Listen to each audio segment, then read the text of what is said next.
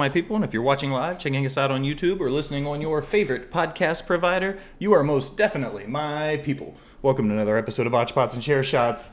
We still have high hopes of delivering quality wrestling content, and if not, we'll sprinkle in everybody from Smack Draw, so we still get over. I'm your host, a chef by trade and a mark by choice. I am the Will Gray, and tonight, my people, I'm so hyped for our journey. Tonight is the triple feature. We've got an AEW All Out preview, we've got a preview for WWE Clash at the Castle, and we have a preview for When Worlds Collide. Joining me tonight to help us break all this down, I've got a whole panel of people. He is the IWC's favorite heel. He hails from North Carolina. He is the host of the Hill Truth podcast. He is Ted, the HillBilly Heel. Ted, how are you? Doing great. Man, I'm hyped you're here. Live. I'm glad you're here. We talked about it when we were first going live. I super hyped that we actually have audio for this episode. Lots of fun. Also joining me tonight, he's the host of the Rewind. He's also the host of the Rewind in 20-second challenge. You can find him streaming and gaming on the Smack Draw Twitch. He's Mr. Kyle Tyson. Kai Tai, how are you? Dude, why have I never got the North Carolina intro? North Carolina? I'm super salty, bro. I'm in North Carolina. I've been in here for the entirety of the show. I had to do something special. I had to do something special for Ted, man. Oh, dude, I'm always happy to be back, bro. What's up? How y'all doing? I'm glad to have you, Kai Tai. You're always the person situated in this stupid chair. Like, oh, everything under control, there, boss. I'm good, bro. I'm good. Thank you for having me. Joining me also tonight, he's the Kennel Master. He's co-host of the Rewind, my Smack Draw family. He's the Devon to my Bubba Ray. RN, how are you? Doing good. My new nickname is actually the African American Ace of the Smack Draw Pod. African American Ace of the Smack Draw Pod. He's RN. RN, how are you? Nothing. Just being the smartest person on this pod just makes me feel good. Just want to keep putting that out there. Love you guys. RN is the smartest, but something super cool, making her debut as an official co-host. She is the brains of the Smack Draw operation. She's the Bonnie to my Clyde. She is the boss bitch. Allison, how are you? I'm good. Well, I just want to give a quick shout out to Hill Tactics on Twitter and the boss bitch for that ballin' new intro we just saw. So thanks to you guys for that. So the show now, since we've added Allison in a role, we'll have a few fill and flows in some new places for the first time. We're going to send it up to Allison in the Botch Bitch's Corner for news and rumors. Hey. So, okay. I have not prepared. Okay. Shut the fuck up. Anyways. Don't laugh at me. Okay, so news and rumors. We lost Ted. All right, keep going. News and rumors. And here we go. Okay. So my first rumor and headline is Braun Strowman decided controlling his narrative was no fun and is going to return to AEW. No, he's going to return to WWE? WWE, fuck. See, this is why I shouldn't do this.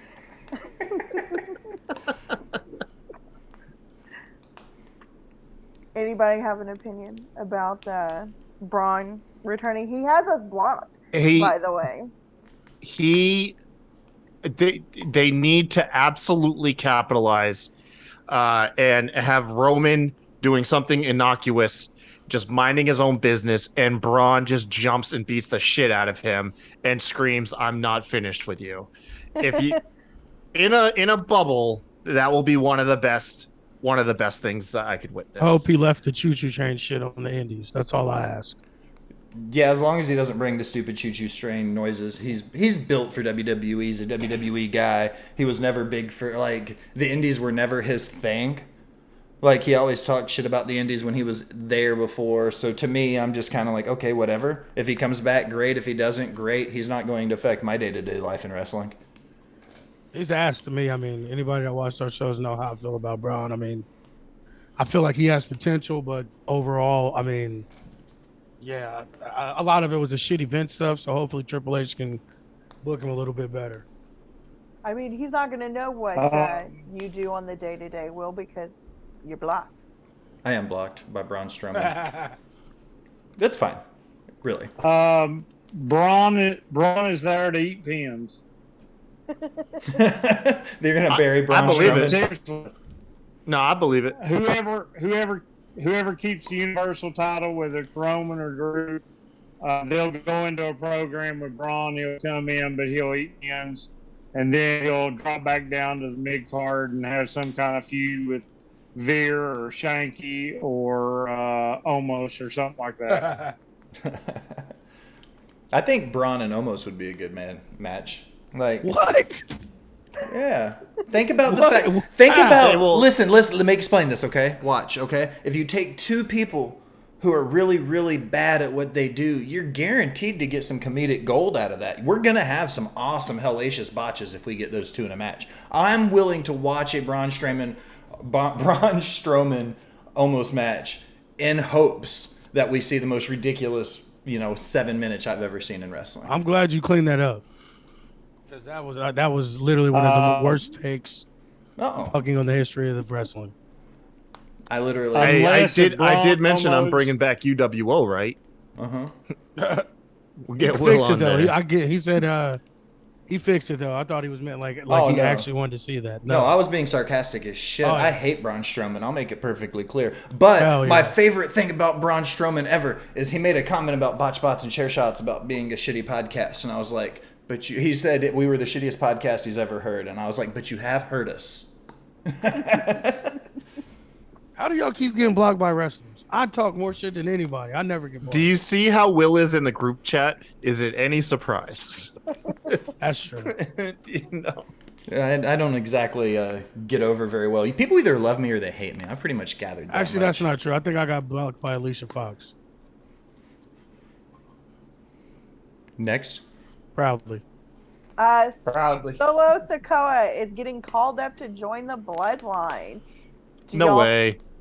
think it's gonna happen, and is it too early? It should happen. They need another single wrestler in the mid card besides. Because I'm sick of the fucking Usos. Not that they're not dope, and not that I don't love them, but they spend too much time carrying the mid card in single matches and stuff like that. I think they need like a singles wrestler to kind of take some of that burden off of them, let them be able to get some rest too, and then just spicing it up, having more than a 3-man fucking faction. Because like WWE was allergic to those for like the past 10 years. Like everything had to be 3 men only. So hopefully we get some more people added to it. I definitely think Naomi should be added to it too once she comes back. They were put on the roster without having any merch put back up yet. That's fascinating. I mean, they have Sammy, kind of. I don't know. I was kind of hoping to see him be like the anti-Bloodline, like, no, I'm going to do my own thing. But here we are. Noob says he's tired of Sammy. I like it. I think the Nah, stuff man. Sammy's doing right now is genius work. Sammy and Kevin are going to take those tag titles, and it's going to be one of the greatest damn pops you're going to get, man. I agree with that. I would have that strong prediction. I think we're going to have that. Then we're going to have the build-up. We'll have them win the titles, the breakup, and the build-up to a Zayn-Kevin Owens WrestleMania match. Shooting my shot. Split these titles up. I'm tired of this shit. Split them up. I don't And think if They I are want... split, RN. Like one guy wears one of them, and the other guy wears the other one. But like, My thing is, if you're gonna have a brand split, either have just one set of titles or each brand has their own titles. Like I hate the 2 straps and all that shit. It's pointless to me. But Yeah, I'm pretty much lukewarm on Solo Sikoa. I want to make sure, and the only reason I say I'm lukewarm on him isn't his in-ring work at NXT, because he's a star, he's going to be great. My only question is, how are they going to use him if he does get called up? Because I don't want him to just get lost in the shuffle. And going straight to the Bloodline, however appealing it might sound, if... are we going to push him into the U.S. title picture? Are we going to immediately push him into the IC title picture? How are we going to do it? Because if he's in the Bloodline, they're going to want to put a belt on him. I don't think he gets lost in the shuffle. It's kind of impossible because there's the lane that he would be in. No one occupies. Like I said, they don't have anybody in that upper to lower mid card besides what the Usos are doing. Like whenever they have singles matches, so you can take them out of that and kind of take that off their plate and let Solo be the guy that handles that. And you know what I'm saying? Like I don't think he can get lost in the show with being as like I said, there's no one really in that lane that he will follow, and he'd be the enforcer because he's bigger than all of them, really. And I mean, we just saw what he did with those matches with White Khali. So I mean, he definitely can beat people's ass. So.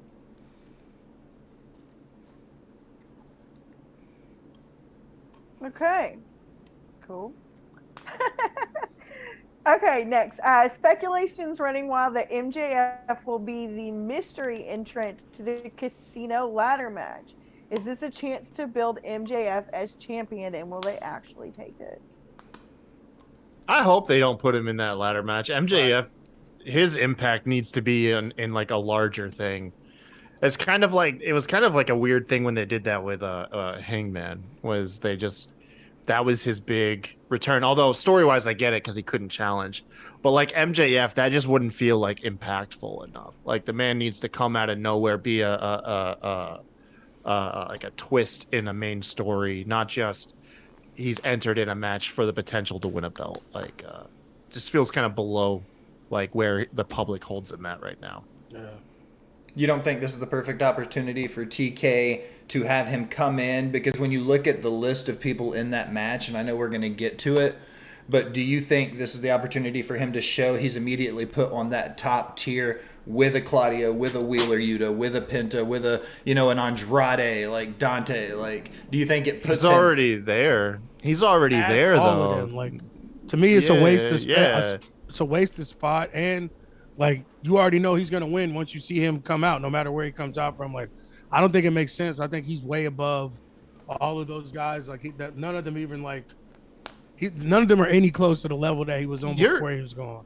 You're fucking crazy if you look at MJF and you see mid-card guy. Like, as a fan, if that's your perception, you're not paying attention to pro wrestling. No.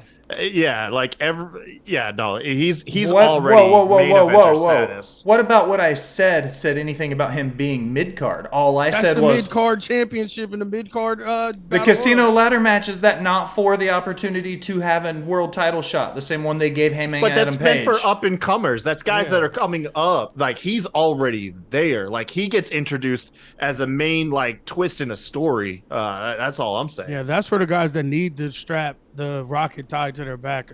That's literally the mid card title to me. That's like it's like getting the IC title. Like, it is what it like. That's not.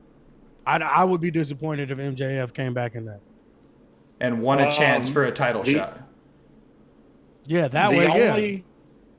The only way that I could see MJF being the Joker is, first, I do think it would be hilarious for him to win a match when he's come out and he's old school and all that kind of stuff. So that would be interesting. The second thing would be is if he did win and he got a title shot, but he played it a little different and he didn't just do it next week or two on Dynamite, and he sort of did, say, like a Money in the Bank thing, I'll hold it till I'm ready. If they could incorporate something like that, I might could buy it a little bit. But right now, I don't think that he will be the one. I'm going to go way out on a limb, and I'm going to say, you know who thinks going to be the Joker? Nick Aldis. Nick Aldis? Yeah. That would be nuts. I haven't kept up with NWA. Is he missing right now from NWA, or what's going on over there? He's recovering from injury right now. Mickey James. Yeah, but was he recovering from the injury? Didn't he wrestle? And he and Mickey James done with the NWA? Mickey James is under Impact contract right now. Nick Aldis's NWA contract. He just signed a new one. He went right before he lost the 10 pounds of gold to Trevor Murdoch. He re-signed long-term with Billy Corgan and the NWA guys. Okay. We'll forget that, and that shows how much I get to watch the NWA. Sorry. I watch a lot of wrestling. I might not jerk off AEW like Kyle does, though. Hey, now, why are you taking cheap shots over here, buddy? You said I didn't fucking watch. You said I didn't watch fucking wrestling for the second time on my show. When did I say that? When the hell did I say? I said that like you hold on to a grudge, Will Gray. That was you weeks hold ago, on Charlie to Murphy. a grudge. We have moved on this. We have all grown as a throuple, as a Quattrol? What's 5? What's the 5? Charlie- Somebody- Kyle is the Windfall. resident Stan, so I mean that holds up in court. This is no Stan. We have moved beyond this. Okay. Well, moving on. Access TV and New Japan are updating their New Japan televised program schedule. Is New Japan in America a realistic opponent for AEW as number 2 in the States? No. No. They're not going to get their roster like over here, and Right. no, it ain't. The problem is Access TV, from the reports I've seen, is only seen in so many million households in the United States that can even get it. So I don't even think that they can get the number, because if Access is there, everybody that had it would have to watch it, in Impact to actually get it.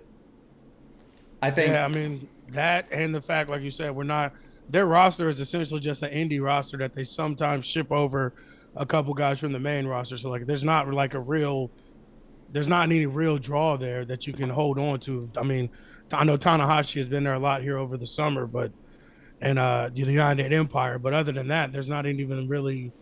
I can't even name anybody that's like a mainstay there. Like everyone's kind of comes and goes there. I think what they need to do is solidify a little bit stronger of a service in their streaming category. New Japan World is cool, but the fact that, one, you can't stream directly from your phone, you have to use a Chromecast to use it, is weird, and two, you don't get access to any of the New Japan Strong stuff on the U.S. soil. So it's only New Japan over there. So I think if they solidified a streaming service, I think that would probably give them... It wouldn't give them enough momentum to take the number 2 spot, but I think that's what they need to do to gain more traction in the States, is going to be setting up a more solidified streaming service. Is New Japan Strong, is it just like you go online, like there's no like app or anything for it? Because I was trying to sign up for it. You have to sign in to New Japan World on your phone in Safari, then launch the New Japan World Chromecast app, and then it pulls from Safari what you're watching and casts it to your TV. Yeah, I ain't got time for all that. Yeah, we can share our thing with you. Okay, cool. I got you. No. Okay, so here's an interesting one for my last news and headline. Do any of you watch GCW besides Will and I sometimes? Every once in a while, I watch like one of their shows. Okay. Shows or whatever. So, like, the hot thing over the last couple of, I guess, weeks now has been John Moxley's match with, is it Effie? Yeah, Effie. Effie. Have y'all heard anything about this? No. So, You can fill us in. Oh, I was asking if you have first. So, the match starts out. So, Effie is like an openly LGBTQ wrestler. And so he, starting out the match and throughout the entire match, him and John Moxley are kissing each other back and forth.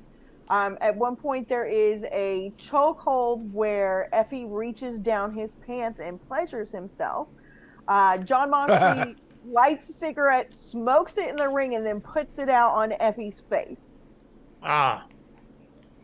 So people are giving Effie a lot of crap for the match because he typically has a gimmick of kind of pushing a little far with some things, but he's claiming that Mox called the majority of the match, but Mox isn't getting any of the heat.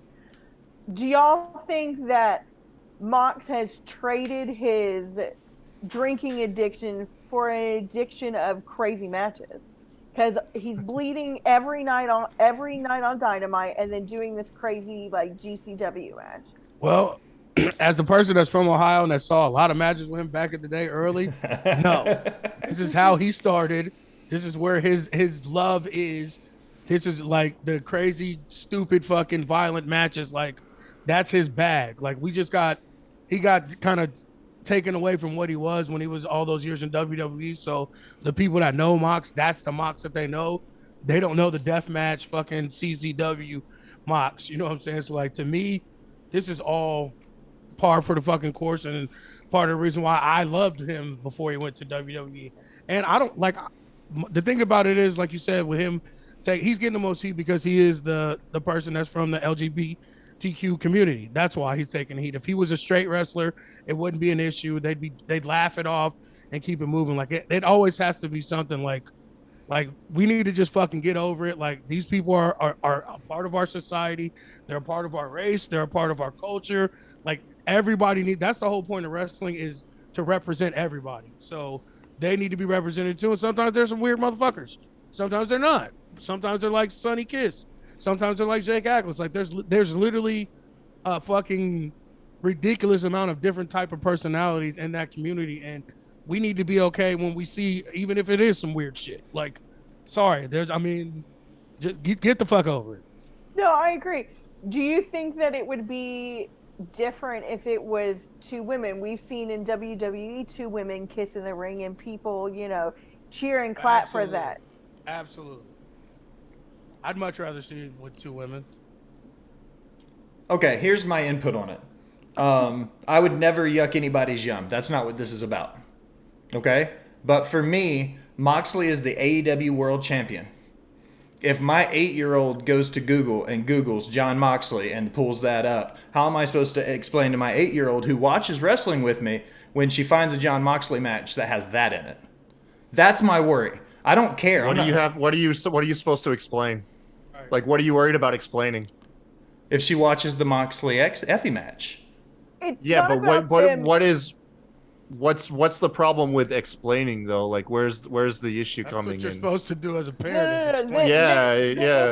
The issue is that there's a moment in the match where Effie reaches down his pants and is pleasuring himself in the ring. That's Effie, not John Moxley, though. No, So but if you look for Google John Moxley and you coming pull up it up, yeah, that's my point.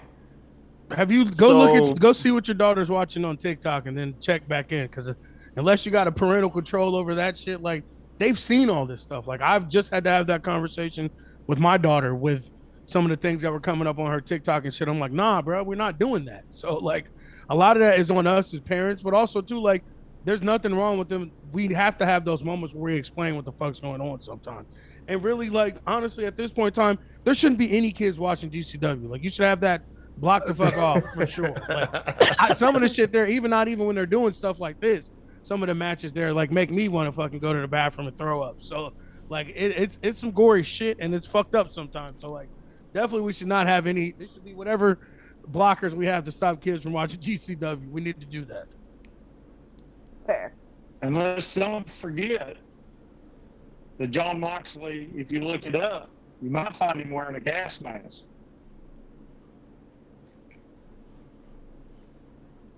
Yeah, I mean, it's just all performance. People are allowed to perform however they want to at the end of the day. Well, is that the last one, your news and rumors, Allison? There's one more, but I can't read the guy's name. Okay. Do you guys remember Lucha House Party? Yeah. Will, you can say the names because. Oh, are you talking about Grand Metalik? There you go. Yeah, Grand Metalik debuted in Impact recently, which I thought was fascinating because he hasn't done shit since he left WWE, and all of a sudden now he's like thrown into the Impact locker room. I'm not gonna lie, I think he's actually wrestling as we speak, unless I'm mistaking this luchador with somebody else. On Impact? Yeah. Oh, that's live then, yeah. Or pre-taped, but yes. He's supposed to be Possibly. making his Impact debut. Something like Mascara Dorado or something crazy like that.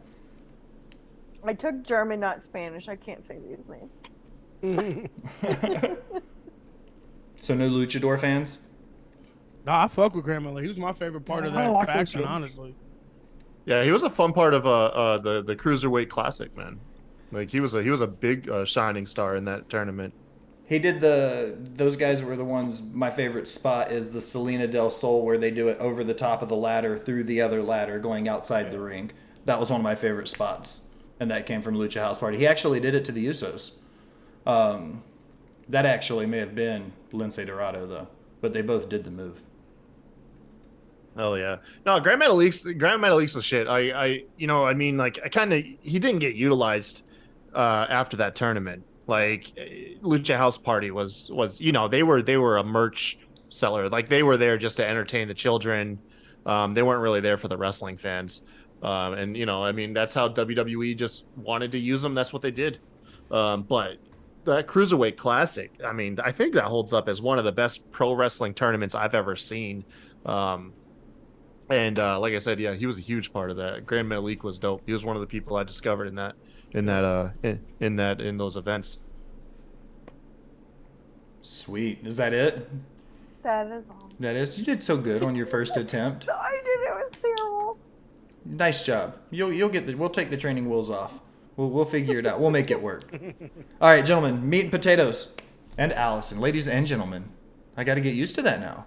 We're gonna start with AEW. We're gonna go through it. We've got 22 matches. One of the things that I brought up beforehand, I want to ask you guys right now what you think about it. AEW's card for, I guess, Sunday night is 11 matches. Shit. Okay? The other two pay-per-views happening this weekend, Clash at the Castle and Worlds Collide, together equal 11 matches. What do you guys think about the size of the card versus the two WWE pay-per-views equaling each other out? It doesn't really mean shit, honestly. It's a lot of it is because, like Kyle was saying, that they only go 4 times a year. I would like for them to split it up and do it 2 nights. That would be dope. Because I don't think anybody understands how dope wrestling on a Saturday night is. Like, this Sunday is a little bit different because we're off Monday, so we can get a little tipsy, get a little alcohol, and that's why we're watching and enjoying it. But like, there's nothing better than a Saturday night pay-per-view. I like Saturday night pay-per-views. Mm-hmm. Yeah, no, I'm right there. I can't lie.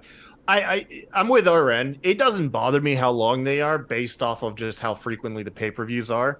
But yeah, like I ever since Wrestle Kingdom started doing it and WWE did WrestleMania 2 nights, I really don't mind the 2-night pay-per-view format. Like I do not mind Saturday and Sunday nights sitting down to watch the shows. I think when paced correctly and booked right, it's a fantastic weekend of wrestling. I got no issues with it.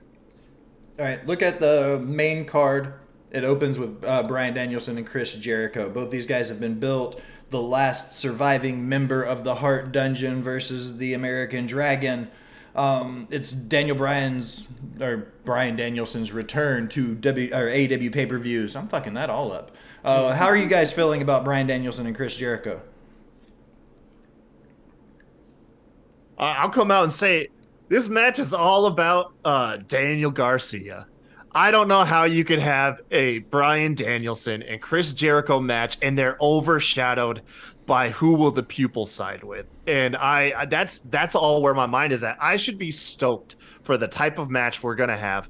But instead, I am so dialed in on will Daniel Garcia align himself with Bryan Danielson and become the 5th member of the Blackpool Combat Club. I couldn't be more excited. I think it's a brilliant story.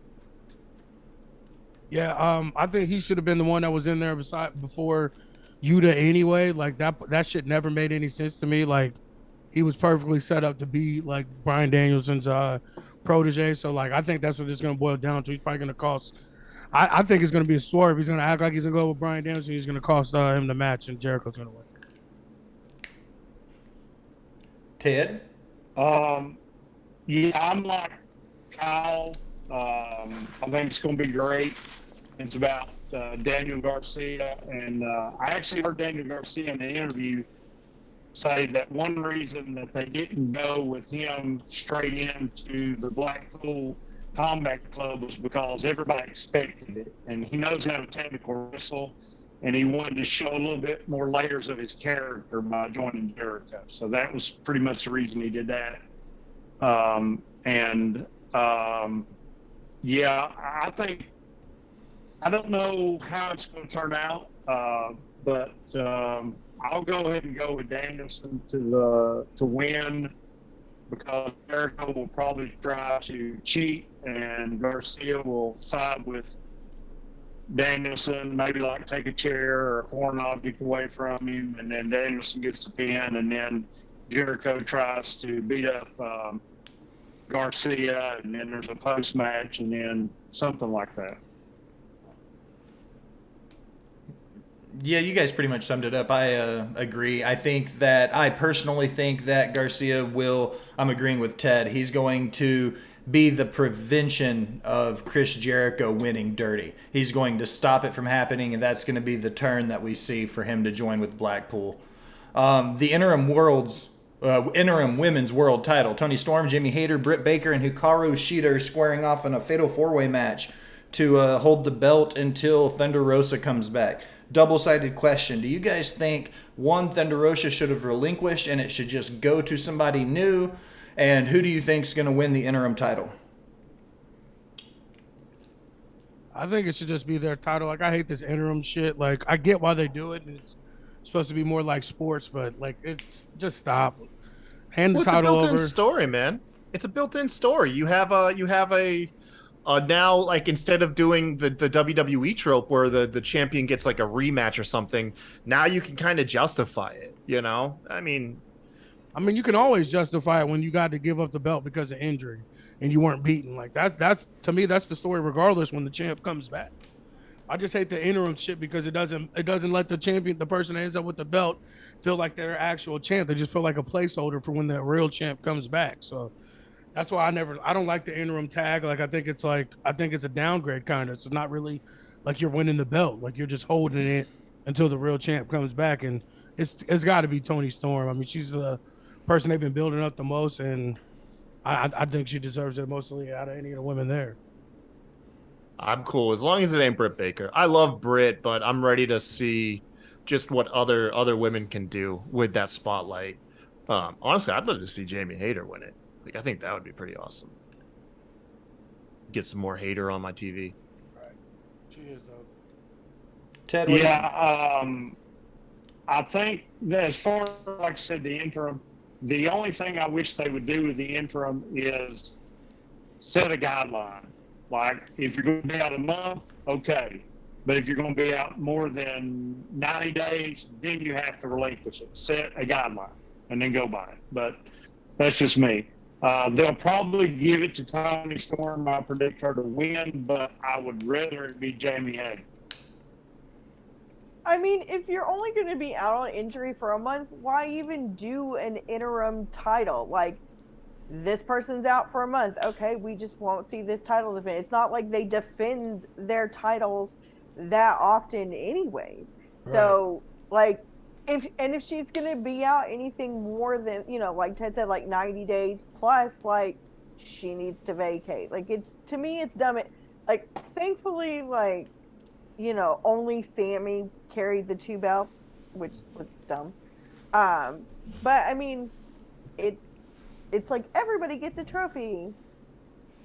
Bobby says there should be the 30-day rule from old school wrestling. If you're going to be gone for more than 30 days, you got to vacate the title. I can agree with that. I also think the interim title, like Ted, like you, piggybacking, if you're only going to be gone a little bit, why not build a story over that month while you're gone to determine a new number one contender through some cool, tournament system? Tony Khan loves tournaments. You know what I mean? Figure out a way for your ranking system to make sense. You know what I mean? These are things you could do over the next month while we wait for Thunder Rosa to come back. Makes sense. Coming up next is the House of Black versus Darby Allin, Sting, and Miro. Is there any hype when you come to this 6-man tag match? Oh, somebody. Any hype? Yeah. Any hype? Yes. Lord, yes. Sting, 63 years old. What is he going to do?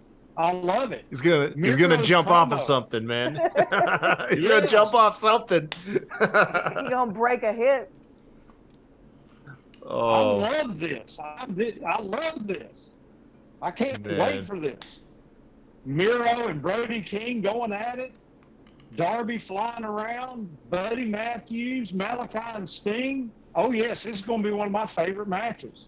That ring's going to be covered in blood. Yeah. when is the duo of Darby and Sting? Like, what's the end game there now with those guys? Are we entering like the Rey Mysterio and Dominic territory with those two yet? Kinda. I mean, I don't mind it. It is what it is. I mean, they're both pretty much mid as fuck, so kind of goes together. Oh, bite your tongue, RN. Sting is now in the conversation of Mount Rushmore. Look at what the man has done. Let's start talking about Sting as a GOAT. And then the Mount Rushmore, 63 years old. He was already in those conversations before he came back at 74 years old. How many times did you talk about him? Most people would say Hogan, Hart, Austin, Flair, HBK. Everybody left the Stinger out, but now we've got to put him on the Mount Rushmore. No, everybody that didn't talk about WCW left him out because then he is in the Mount Rushmore of WCW. I'm talking about by far. WCW, WWF. I'm talking, let's give the Stinger some love. No, I'm not gonna lie. I'm actually, if you take a second to come back and you kind of look at the work Sting has done, given his age and the matches they do was designed for Kyle here, because I love the Demolition Derby matches all over the arena stuff. Like, I love having those sprinkled in, and I feel like they found that niche with Sting. Like, that's just his stuff, and it's been super entertaining, man. I've really enjoyed this run. This is how I prefer these old fucks to be used, where they're not really like taking much of the spotlight. They're putting over younger talent. Give them a win every now and then, or give them some spotlight. But this is picture perfect on how you should use these old dudes when they come back. There you go. Hey, man, that's a good take. Do you feel that same way about Trish wanting to maybe come back? Does she count in your old fucks category? Kinda, but for the women, it's a little bit different because they don't have as large a roster, and like at this point, WWE needs all the fucking women they can get. So like, I mean, technically, yes, I feel that same way too. But the fact that their women's division is so depleted, like, and they have so many people that's out, like they need all they can get. So like, I wouldn't mind Trish coming back. You know what I'm saying? Especially if she can actually go. If she's looking like Lita was looking, then maybe not so much. But I mean, if she can actually really go, then I'm kind of begrudgingly all for it. I think that this match will be one of two things. It's either going to be phenomenal, and it might be like, a six-man tag match will never be match of the night. Not in my opinion, just my humble wrestling opinion. I will very seldom ever say a six-man tag match is going to be match of the night when we have Bryan Danielson and Chris Jericho, or Jon Moxley, CM Punk, or the tree. Like, I just don't. This match might be the best trios match on the card. I'll give it that. That's what I'll say. This might be the best trios match on the card. It's going to be a good match. Like, I mean, despite of all the shit we've talked, it's still going to be a dope match. I mean, can't help not be. There's a 90% chance of, incredibly high spots and botches.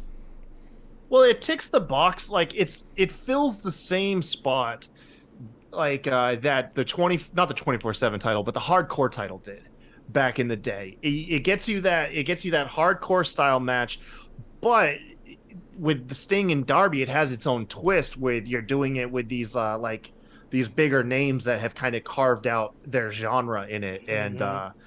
And like, I think it's just like a staple of like any show. I feel like when Sting does hang it up, like, AEW pay-per-views just aren't going to be the same with like a mid-60-year-old man just throwing himself off balconies. He's the new fucking Terry Funk, for real. He's the new Jeff Hardy is what he is, man. He's just throwing himself off a high shit onto people, man. I agree. He's sober, so he can't be Jeff Hardy. I like the Terry Funk analogy, RN. That's a great analogy for what he's doing right now. When Funk came back, Jack. Yeah. Chainsaw Charlie. Cactus Jack. Push him off a dumpster. Let's get it over with. TBS Championship, Jade Cargill, Athena. Do you think there's any chance Jade gives the L here and gives the belt up? She should. If pigs fly. Do you think this is the point to drop it so she can start building to the world title? No. Keep the belt. Unify into the title. Yes. That is the champ versus champ match to make. She overshadows any woman wearing that AEW belt. Like, she makes that TBS belt mean more than the women's championship. I'm sorry. That's why I don't think they should get rid of it. I think she should just hold it and then drop it when she becomes, or rock both of them, because the women kind of get shit on. They need a mid card title too, especially with how many women they actually have in AEW. And look what that title has done for her. It's made her. She's really had her own fucking division to get ready. And like Athena, like, I'm sorry, like, Athena is so garbage to me. Like, I know she's dope in the ring. She is. Like, I'm never gonna say she's not. She may be one of the most athletic women of all time, but like, everything about her is so lame. Like, I just can't take her. I just can't take her serious in any way, type, or form. Like, I want to. Like, I want to be like, and because she's a black woman too, so like, I want to pull the race card for her. But like, she is just so fucking lame to me. Like, I just can't get behind her. Like, Jay's gonna destroy her, and I hope she does. I just hope it isn't a squash match, whoever wins. I don't want to get... I don't want a 45-second match. I think that both these women can work. I've never seen a person start as green as Jade Cargill did and then make the meteoric rise and ascent that she has an ability. Anywhere in wrestling, man or woman. I've never seen somebody go from where she was at 2.5 years ago or whatever it's been to where she's at today, where she might not be... She's getting to that point, kind of like when you talk about a Charlotte or a Becky. She's not the best women's wrestler. She's one of the best wrestlers on their roster now. You know what I mean? She's just showing out week over week. And when you look at what she was doing, like I said, 2 years ago with the Cody Rhodes stuff, you know what I mean? Like, she wasn't... Her debut match had Shaq. Yeah. Her debut match had fucking Shaquille O'Neal in it. Like, somewhere the Big Show was crying, man. Somewhere the Big Show was crying when he saw that shit. But she doesn't need the fucking belt in any way, shape, or form. But her having a belt just makes her feel more major, and it makes that title feel more major. So like, I think she should keep it well into the fact when she wins the AEW's world title too. Her walking around with 2 belts is just, she needs that. Like, I think that she'll make both those belts worth more and mean more. But yeah, Athena's like, I just can't get down with Athena. I tried. Like, she's just not for me. I say she wins it and then just wins the women's belt and then vacates the TBS title. Like, that way you still establish which belt is meant to mean more. Right. And she doesn't have to eat an L when it doesn't feel like she should be eating an L yet, in my opinion. Like Keith Lee did in NXT when he got the North American title and the World Heavyweight title. Perfect. He won them both. Then he was like, I'm going to give the North American title back so somebody can fight for it and show they're ready to challenge. Like, I think that would be a good call, Kyle. Agreed. Appreciate that. That's a good take. That's Thank a you. good take. Oh, Came up with it on the fly, man. Came up with it on the fly. I love Kyle. He's my brother. I might hate him in the y'all moment, but I still love Kyle. Y'all are agreeing. Suck my ass, Will. Y'all agreeing is rare. See, this is the thing. I love Kyle and I hate Kyle so much. Like, at the same time, I've never met anybody like that in my entire life more than Kyle Tyson. Man, I've been hearing it my whole goddamn life. Ted, you got your 2 cents on Jade and Athena? You want to throw anything in there? Just agree with pretty much everybody else. There was the rumors that before Statlander got hurt, that she would probably take the CBS title. But now that she's hurt, I think Jade should just keep it and just keep on with it. Noob also said, seriously, Jade's first match has freaking Shaquille O'Neal. This wasn't about Shaq being in the match. All I was saying is in her first few matches, her in-ring work wasn't that good to be on live TV yet. That's just when you paint out her legacy, that's just like a crazy feather in the cap. Right. Just like, that's just a crazy, because, like, there's so much more that goes into people's legacies, than just like title reigns. And just for your first match to flipping Shaquille O'Neal, man, like, and the fact that she felt she knew that she needed to get better at her craft when she went to Daniel Bryan for help. Like, that was one of the dopest things that I liked. That, like, she knew she needed work, so she went to the best fucking teacher she could find backstage. Like, that's the mark of a really good person that cares about their craft, is you go to the best coach you can find. And like I said, and now 2 years later, she's one of the best workers on the roster. So, well, Jungle Boy and Christian Cage, guys. Jungle Boy and Christian Cage. This is probably one of the matches I'm most looking forward to, honestly. And I can't believe I said that compared to how I don't give a shit. Didn't give I a thought shit you about. hate these old men, RN. I do. But the Bond villain Christian with the fucking turtleneck and the leather jacket, I am a James Bond fucking fanatic. Like James Bond, like I literally have a box set of all the movies right here. I'm looking at like the Bond villain shit with the swooped over fucking hair and the turtleneck and everything. Like he had me from hello. Like I was locked in from the first time he came. So like, yes, I am anti old man, but let's be honest, Christian isn't really that. Christian really can go. And there isn't probably anybody better on the mic than maybe allegedly CM Punk. But for the most part, he's fucking diabolical on the mic. So I'm here for this match. And Jungle Boy's actually starting to win me over. He really is. Like the white meat babyface shit isn't really like my take. But him getting a little bit edgier, cussing a little bit more, saying the F-bomb and shit. Like he's starting to win me over too. But I'm definitely looking forward to this match. I think Jungle Boy's going to win for sure.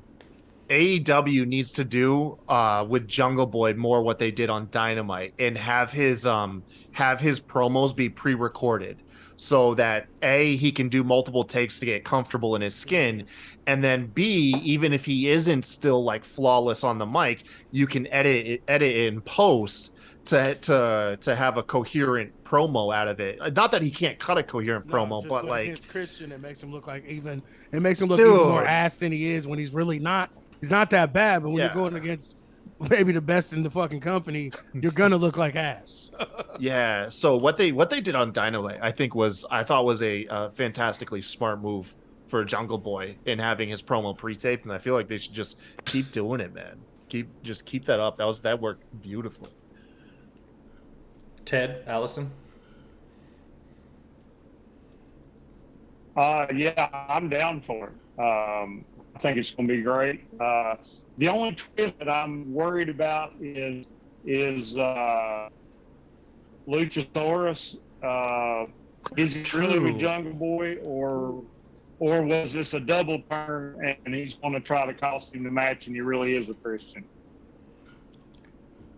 Because he kept the bad guy music and look. Like he took on the evil look, and the only thing that he's done is just stopped blatantly protecting Christian. Has he gotten his hands on Christian? Luchasaurus? At any point has he actually put his hands on him other than just leaving the door open for Jungle Boy? Yeah, once maybe that first time. I can remember. He just grabbed him. Yeah, he just grabbed him, right? Yeah, they haven't actually like went to fisticuffs or anything. I don't know. Yeah, because I was like, this is a match where somebody on the outside has to get involved. And in my brain, it was Jungle Boy's mom punching Christian in the dick.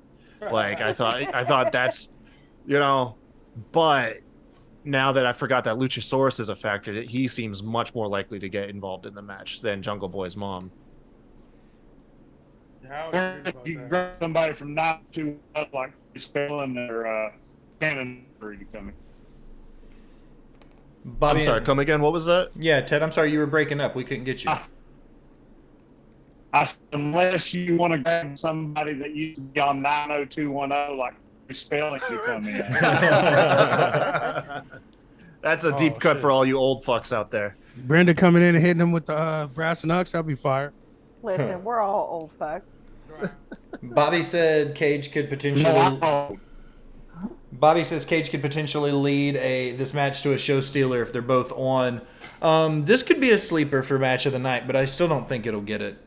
Wardlow, FTR versus Jay Lethal and the Motor City Machine Guns. We've got another multi-man tag match. Are we hyped for Wardlow and FTR, the old school approach versus Jay Lethal and Music City Machine Guns, and the new age kind of high flyers and fast-paced offense? New school versus old school. What do you think? I'm into this because I want to see the Guns versus FTR, so we can see the real fucking one of the best tag teams in the world versus FTR. Ted's gonna get you, RN. Dare you? You're lucky Ted's feed froze up there, RN, because I'm sure right now he is eliciting some curse words your way. FTR is overrated, bro. Like, I'm not saying they're terrible. I'm not saying they're bad. They are not Listen. team in the world. You can be overrated and still be good. In the world. You can be the overrated best and tag still team be in the good. world, and I will die on that hill. I will Well, die rest on in that peace, hill. They are the Hillbilly. best tag team in the world. I'm about to start writing your Yes, they obituary are. right now. On this day, Oh my But the AEW. God. psychology they do, the psychology, the I'm not tag arguing teaming, none of they don't that. have That's to do all the spots. That's the thing with So wrestling. Like then- you can say somebody is overrated and also not think that they're trash. Like I do think that they are one of the best tag teams in the world. Psychological and old school wise, yes, they are the How best. they overrated? How Because are they they're not the overrated? greatest tag team of all time, and they're not the greatest tag team in wrestling right now. Oh, I didn't say all the time. I said right now they're the No, greatest you in the didn't world. say that, but I'm saying for the most part, that's how they are looked at as one of the greatest of all they're time. getting there. They're getting there. They're Yeah, right behind Ole. again, I agree They're with all right of that. behind. Who's the greatest tag team in the world? To me, the Young Bucks are. I mean, that's just the brass Nah. tacks of it. Yes, sir. No, yes, you sir. are- That's you- my co-host. No, Talk sorry. about Sorry. overrated. The Young Sorry. Bucks, the greatest Bucks young. are up there. With- Young First, Bucks are up there. your company But that they're until in, you who would talk be there about- without the Young Bucks? The Midnight Express and Arn and Tully. They're probably they're probably trying to get on AEW right now. You go back and you watch the Midnight Express and you watch Arn and Tully, then you come and talk to me. I've watched Okay? all And that. I that's grew why up in, I'm not as young FTR as you think I emulate am. them. I grew up in the NWA era. I've seen those matches. The Minnes- Bucks are. I'm not saying the And Bucks are Minnesota the greatest Wrecking ones. Crew, Arn Anderson and the boys, All I'm saying Brainbusters. is FTR is not the best I mean, tag team in the world. I love the Bucks. Don't get me wrong. I like the Bucks too, but I think FTR's better. And I don't think they're overrated. Hey, on a side note, if Dak's second half of the year in his single matches went as good as the first half, I think he would be up for Wrestler of the Year, though. I'm not gonna lie, dude. Like the first half of the year, Dax has been in some singles bangers, like and because I of like the him better as a injuries. singles wrestler, honestly. Yeah, I think, dude, if like I said, the second half of the year hasn't really kept up that momentum. And like I but said, Jesus, please he was don't on think track I'm for it. hating on them and saying that they're terrible.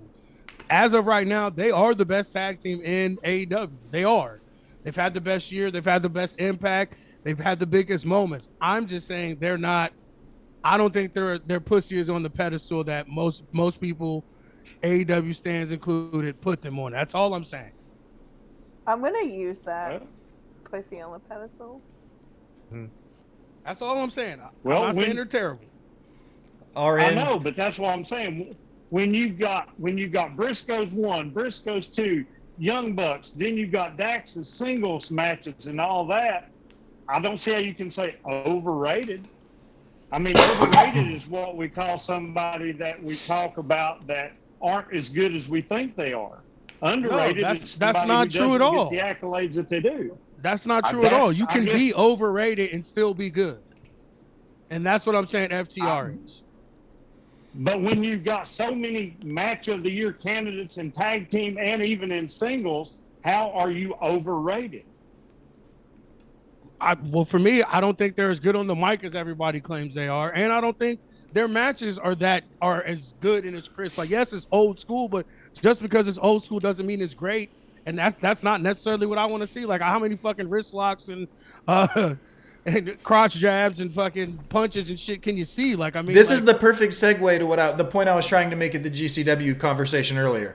I hate to interrupt you, Aaron, but I think you're making the same example I did. I don't yuck people's yum. I don't like GCW because of what they do, so I don't watch it a whole lot. This is why I love watching FTR, though, is because they do traditional Southern wrestling. You see what I mean? Like, that's why we think they might be the best, is because, like right now, rather. And Ted, you can correct me if I'm wrong, is because stylistically, their style appeals to us more than what the Young Bucks do. right. And that's the thing. Their style, because it is old school, it does go with everybody. That's why they always have good matches. That's why their style it fits, especially in AEW, because everybody's so flippy and shit. So, like, you know what I'm saying? That's what I'm saying. I'm not saying they're not bad. I'm not saying they're not the tag team of the year. But every year we have a tag team of the year. It just happens to be their year. I'm just saying they're not all-time top 1, 2, 3 tag teams of all time, like most people are starting to put them in. That's it. That's all I'm saying. Argue with your mom. Well, I'm gonna disagree. If they keep on doing what they are, yeah, I think they're going to be right there. But listen what you just said. If they keep on, they will be. I'm saying people are saying it right now, and that's not true. And you're saying that too. Fellas, I love this discussion. Because Jesus could come back tonight and the end of the world, and then it's all over, and we just have to rest it on what. And if a bullfrog bumped his ass, didn't bump his ass when he jumped, we would too either. So what are we doing here? Like what we're doing?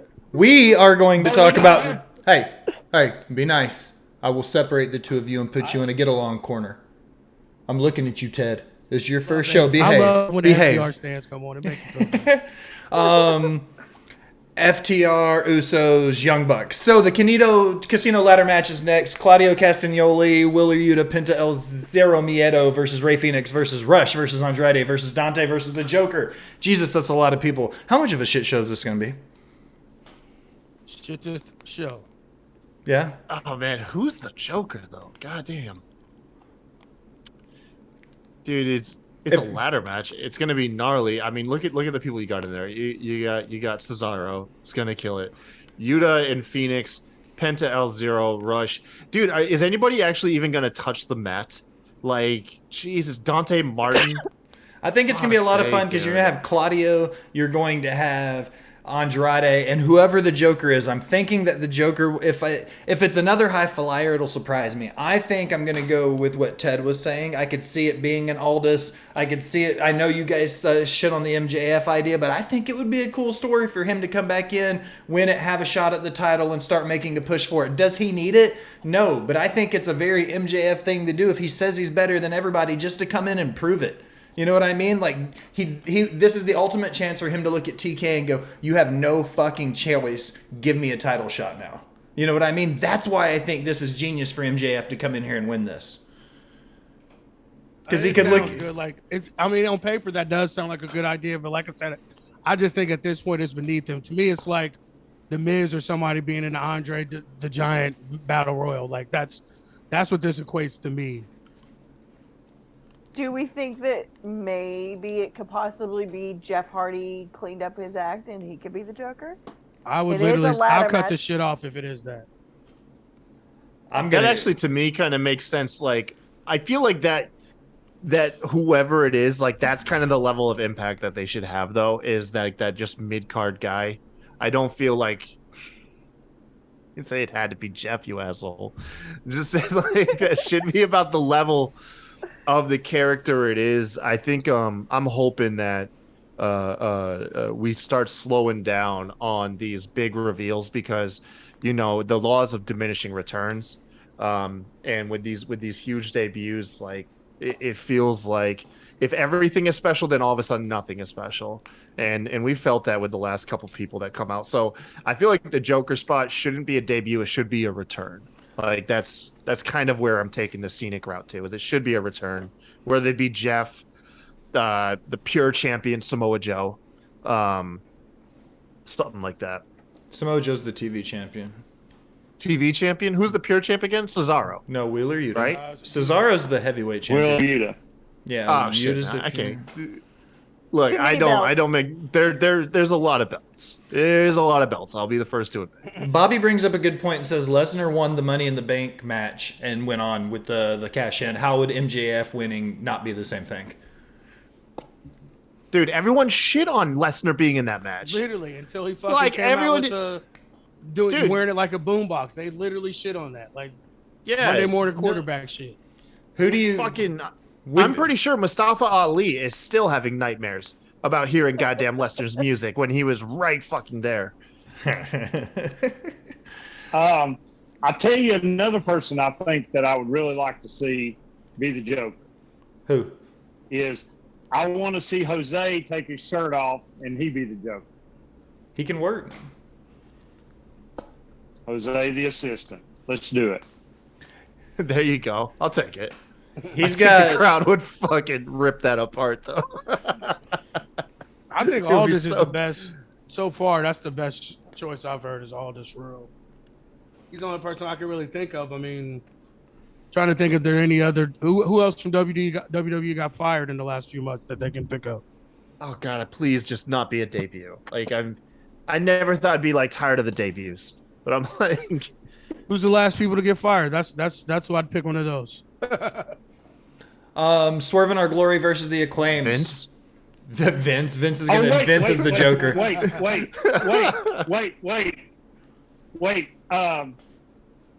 RN is Marie in the chat. What's his name from New Japan? Are you talking about Okada? Oh shit, Ospreay. No. The other guy that had to falling out with New Japan.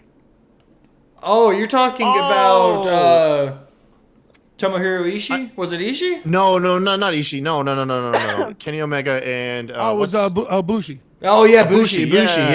Ibushi. Yeah. What about Ibushi? That would be fucking dope. Ospreay that would says, actually be pretty fire. Yeah. I'm not gonna lie, that would be pretty awesome. Ospreay says he's done with AEW for the time being. He's going back to focus on New Japan, so we know it won't be him. That would be Ibushi would be a great pick to come in on that match. Plus, he would fit the narrative a lot really well with the people in that match. So that's a good call, Ted. World Tag Team Champions Swerve in Our Glory versus the Acclaimed. Do we think that this is the opportunity to take the belts off of Swerve in Our Glory? Is it still too soon? I think it's too soon, but I'm down for the both Acclaimed these are on fire right now. Fuck, man. I love both these teams. These are my two favorite teams. Jesus Christ. Yeah, they're already teasing like that turn. It's already cheesy. Just pull the trigger while at least the other team is white hot, man. The Acclaimed are just, dude, they get some of the loudest goddamn pops every single night they come out. I pop. I have an Acclaimed shirt. Shit, that should be the shirt I was wearing. But yeah, do it, man. Guess who gets to go see the Acclaimed next month at an indie show in Hickory, North Carolina? Ted the Hillbilly Heel? No. Ted the Hillbilly Heel, bro. I actually met Matt Castor a few months ago. He went again. I saw him here at a tiny little independent show for a high school that one of the wrestlers went to. He went against who the hell? Cologne. Can't even think of his name. Carlos Colon? Is he a big dude? He fool. looks like he's a big guy, man. He's big as fuck. Like I didn't realize how big he looks. That's what I'm saying. Like I don't think the TV does him justice. Like the more I see him, I'm like that guy looks like he might be fucking jacked. Like he's like 6'3", 6'4", and like he's wide as all fucking get out. Like he's fucking jacked. He doesn't look tiny next to Billy Gunn, and Billy Gunn is a giant of a man. Billy Gunn looks like he's 7 foot and 8. I didn't notice how big Billy Gunn was until I saw him live when we were at the FanFest stuff for StarCast, Allison. He's a huge, he's a big guy. He's a giant. Yeah, dude. I didn't realize how big he was until when we saw him. I was like, holy shit, he's big. I think this is the perfect opportunity. I agree with you guys. I agree with Kyle. I think Swerve in Our Glory. This is going to be a weird question for y'all. We've seen the group chat. You and I, we're all in there, and what we saw earlier sent to us. There's a long list of previous WWE employees that are being rumored that WWE has reached out to. So I'm gonna ask about tampering in pro wrestling, if it's a thing. And two, when you see people's names like Keith Lee and Swerve. And who were the other people? Bryan Danielson was on that list. Chris Jericho was on that list. When you see some of the people's names that have talked about WWE reaching out to, do you think tampering's becoming an issue in pro wrestling? Tampering is pro wrestling. Everyone fucking would reach out to guys in different territories to get them to come. The whole Attitude Era and the Monday Night Wars was built off fucking tampering. Like, no, I don't care about any of that. And all these guys, I want them back in WWE. I want Swerve and I want Keith Lee back in WWE. They were both being pushed in NXT to the fucking top of the card. Swerve had his whole ass function, was getting rap concerts put on for him and everything in NXT. Like, please go back to NXT. Please, not even NXT. Please go back to WWE under Triple H. So we can get a fucking WrestleMania moment, and we can get the build for Swerve to be who I expected him to be. Because, like I said, these are two of my favorite wrestlers in the WWE before they got released. And everybody knows, Hit Row, how I felt about them. We just got Allison back on Blocked. I was about to ask, Allison, what do you think about Hit Row? I love Hit Row. No, I do. For the people who aren't privy in the chat, those listening live and listening on audio later, Jesus. Allison messed around and somehow got blocked on social media by AJ Francis. It was my fault. It was literally all my fault. It was a misunderstanding about a tweet What before it we was even is- knew each other. Allison turned out was extremely racist, but we introduced her to RN, and RN converted her. He healed her of her racist ways. No. It sounds like a Hallmark movie. A really angry black man meets a really angry Jew, and now they're best friends. Listen, That's a Hallmark movie. The best part is I randomly just messaged Top Dollar. No way, like just to talk shit. Like, all right, I messaged him for you. Like, never in a million fucking years thinking he responded. He responded in less Unblocked than her. 5 minutes. Yeah, and he was He like, said if she as long messes as- up, we're blocking everybody. Right. So we got to stay on our best behavior, I guess. Yeah. He's So like, as long as she agrees to throw out those tiki torches, man, we're all what good. happened was I made a tweet saying how I didn't like what WWE was doing with Hit Row. That was misconstrued in a terrible way. And RN ran with it and retweeted some not nice things without ever knowing me. And then Welcome to the AJ internet, Allison. Francis, who I freaking love, blocked me. Like, I was so devastated. I've been blocked for like a year. Like, no, 2 years. 2 years. I've been blocked for 2 years.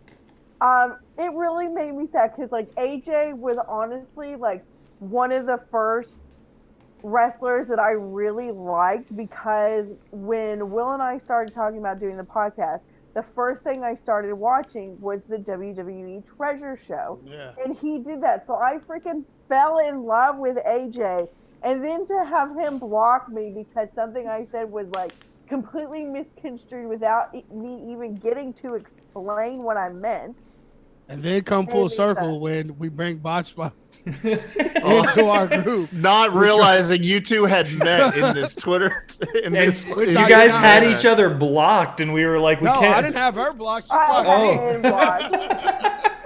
What in I'm the like, world? I don't know why she would have me blocked. I don't know her. God. Well, Ricky Starks and Powerhouse Hobbs. Oh, that was amazing. Can Oh, I, wait, Ted, wait a what minute. does he Can I tell say me? something about? Can I say something about the tampering real quick? Yeah, I'm sorry, Yeah, Ted. Go man.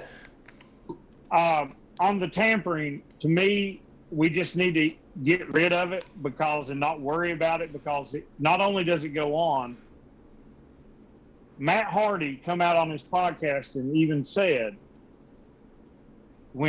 before Jeff's contract run out, Tony couldn't talk to Jeff, but he talked to Matt.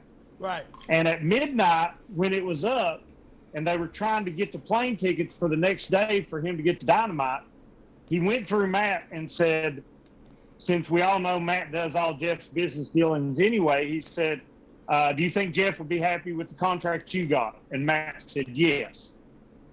I mean, and do we really not think that Britt Baker wasn't talking to Adam Cole? Facts. I Or mean, that they weren't talking come through on. like they just said. Yeah. Well, I mean, if you go back in the So this days, whole- like, agreed definitely with what RN was saying. You go back far enough. I mean, you start looking at some of the promoters in the 70s and 80s. They were literally trading guys around weekly. You know what I mean? Literally, Vince McMahon Sr. would loan Andre the Giant out to other territories so he could go work out west and be a spectacle. He could go to Texas and wrestle with the Von Erichs. You know what I mean? Like, Vince McMahon sent Andre everywhere because that's how it worked, and it was all about who could make each other money. And right now we see that in pro wrestling, and it's not nearly the same as it is in the NFL and stuff. I don't think there's any need to worry about tampering. Right. I feel like Even- it's fast food drama. It's like, hey man, it's been a slow news Yeah. week. Let's just be upset about this, or let's hone in on this. And I mean, obviously, Tony's end doesn't do himself any favors. You know what I mean? He loves to lean into that shit. Like that's his style. But it doesn't. It feels like, okay, I'm super bored and have nothing else to talk or think about. Okay, I'll lend some thought to this. It just feels like a non-factor. Yeah. Yeah. Agreed. It's just one of those things. So another one of those things is Ricky Starks and Powerhouse Hobbs. I The think dude can cry on command. Ricky Starks. Yes, he's a fucking amazing actor. Jesus Christ. I will watch this shit solely based off of his acting abilities. Give that man an Oscar. I don't like him as a babyface.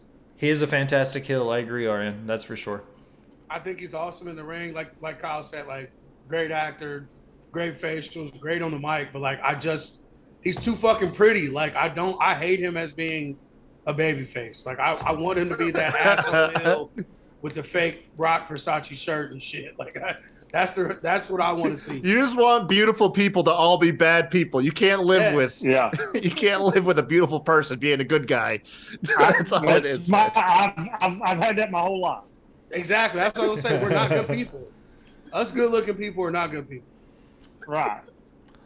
I want Ricky Starks to go over. I think he needs to make a heel turn, but I think Ricky Starks is just as valuable of a person on the roster when it comes to work rate and ability in the ring and talking ability as, say, an Adam Cole. I think Adam is more over because he had the exposure in WWE first. I think had Ricky Stark went to WWE instead of NWA, he could be Adam Cole right now. I think that's the only reason he isn't.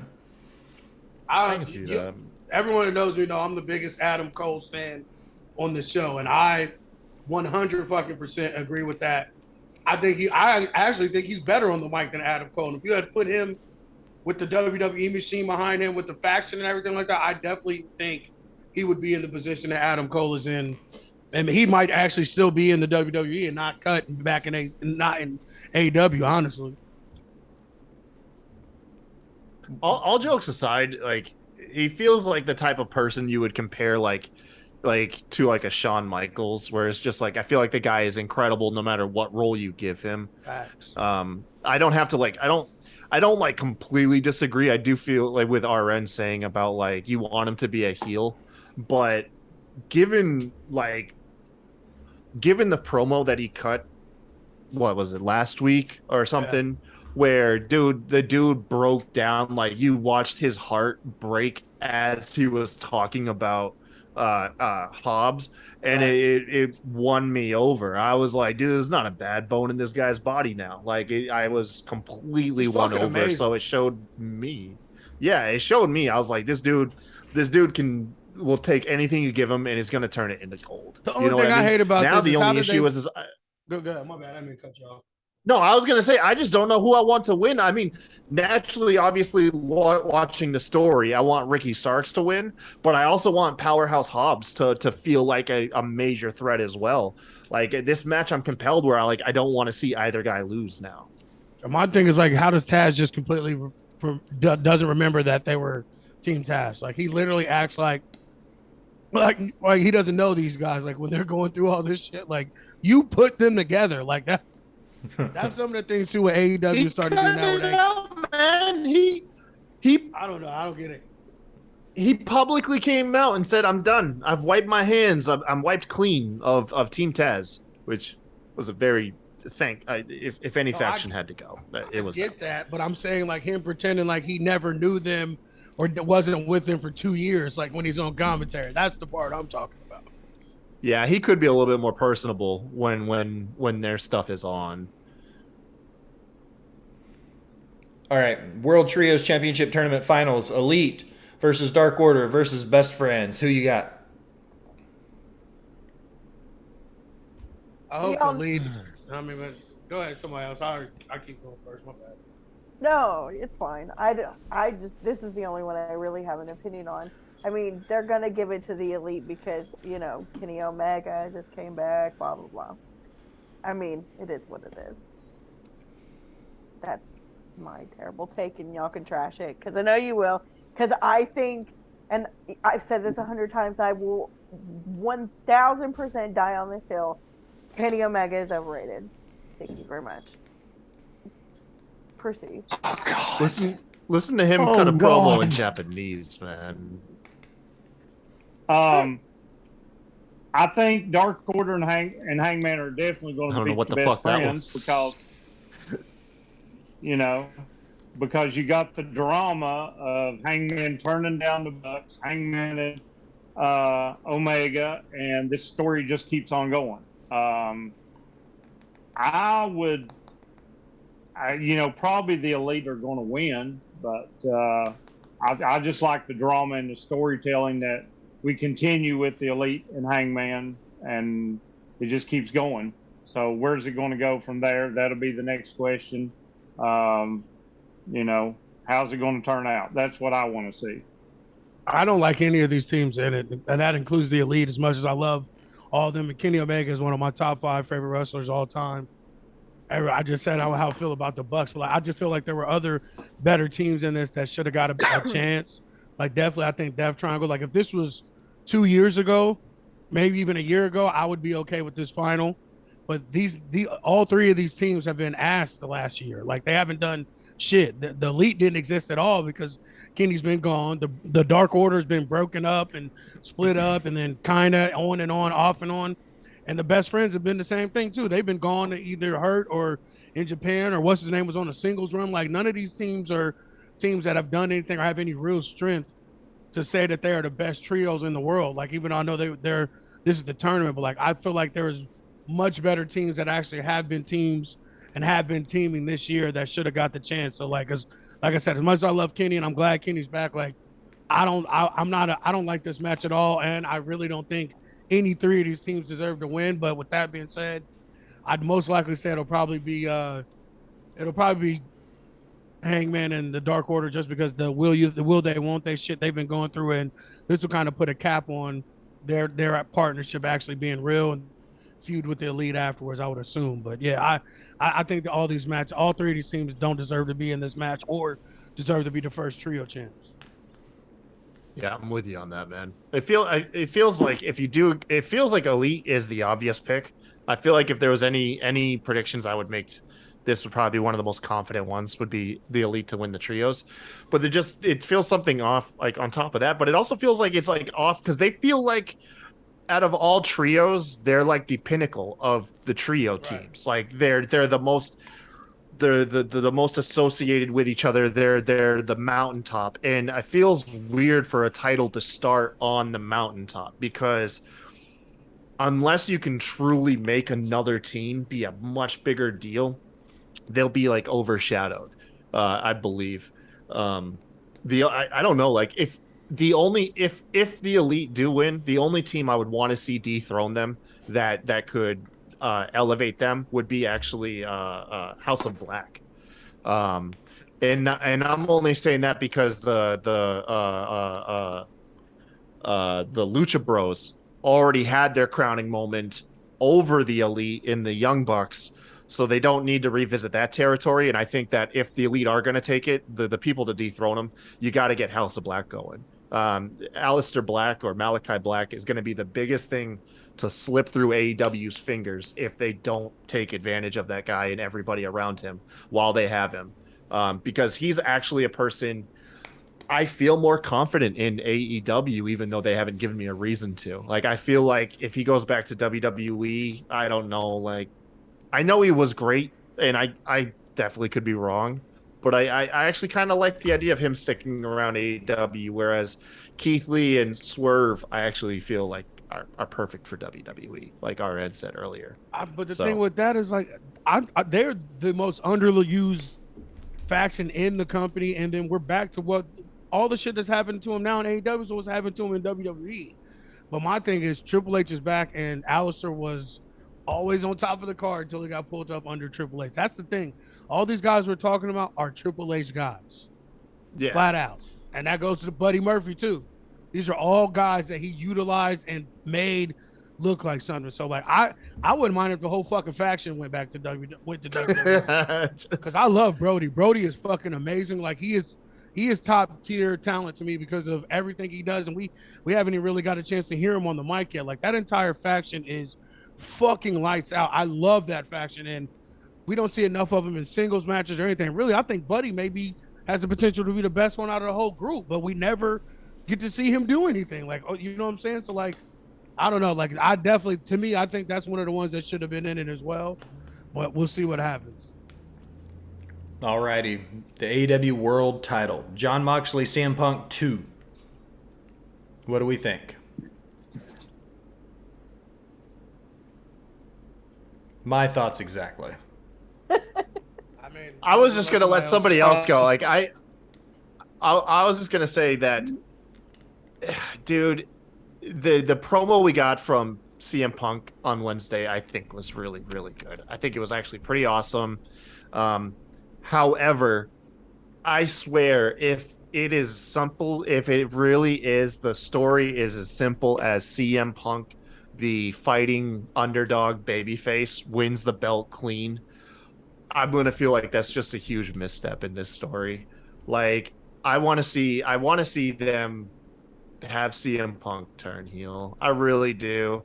Like, even in Chicago, like, he'd have to like get desperate or something, or maybe even lose and send him down a spiral. But if the story really is as plain as CM Punk, you know, the courageous underdog comeback story, if that's all they're telling, I think it's gonna fall flat.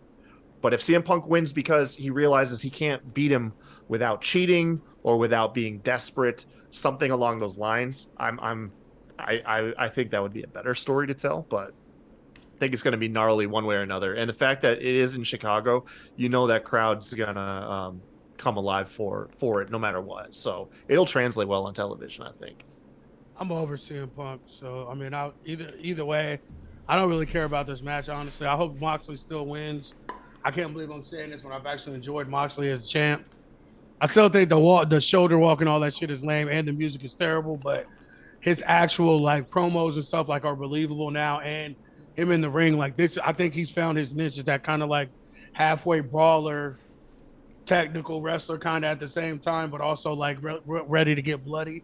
Like, this is the type of Moxley I'm down for, and like, I hope he fucking beats CM Punk. I can't believe I'm saying this. If you go back and check one of my first original contents on this, I did my top 10, and CM Punk, I think, was 3.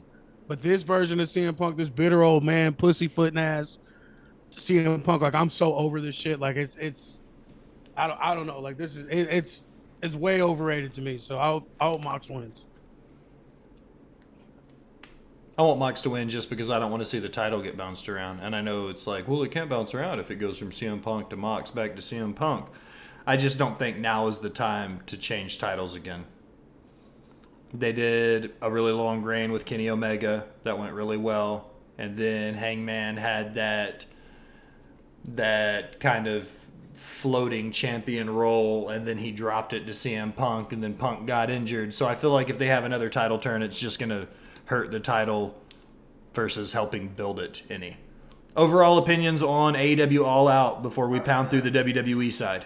Can I comment on Moxley and Punk real quick? Oh, I'm sorry, Ted. I didn't mean to leave you out, Bubba. I'm sorry. That's all right. I'm going. Punk's going to win because that was one reason they had the Dynamite match to make Moxley look strong. Yeah. And Punk, I do think, is going to turn heel completely because we're already seeing the steps of it. Because shoot, work, shoot, whatever. Regardless of what you say about Hangman is still over. And we can say Punk went off script. We can do whatever, but that didn't get him any favor when he attacked Hangman. My question is, and I said this on my last episode, was the BTE segment with Hangman and the Dark Order. When was it taped? Oh, while CM Punk was in the ring talking shit. That segment was gold, by the way. Way to fucking take a chicken shit and turn it into chicken salad. Do y'all know what Right. Ted is talking about? No. So there. Yeah, go ahead, okay, Ted. go ahead. So Oh, on BTE, Hangman was helping the Dark Order train for the Trios title. And a guy opens the door and says, Hangman, Punk is out there in there, and Hangman tells him to get out, they're training. Okay, so if they taped it on Tuesday night when some of the talent got there, or Wednesday afternoon, then Hangman really did know the promo was going down. If they taped it Wednesday while they were doing the show, or during Rampage while they were doing the show, then somebody was very quick thinking and said, let's make a BTE segment because tomorrow the internet's going to explode. And Hangman was still not acting like it was so bad. They did the same thing. Well, I was gonna say, I'm sorry, man. They did the same thing for Matt Sydal when he botched that Shooting Star Press when he debuted, and he like almost killed himself. BTE, now granted, it was a little bit more playful, but they had Nakazawa, I think his name is, get slighted by Sydal. So in retaliation, he slathered baby oil on the turnbuckle, and they took a bad situation and made it story. So with all that saying, Punk has went on against Hangman. Wednesday night, Punk calls out the fat virgin person in the crowd. Jesus. Punk, I think, is going to go heel. And I think somehow in there, he's just like the Straight Edge Society, he's going to form a faction. Now, are we going to get the new Nexus? What if MJF is not in the ladder match? But what if MJF costs Moxley the title because MJF doesn't like Moxley either? What if MJF and Punk have reconciled and they form a faction together? That would be cool. I don't know. There's a lot of possibilities. Really, but I do think Punk is going to win turn heel. I do think Punk will turn heel. Could you imagine MJF and CM Punk sharing a ring, just trading blows towards the crowd?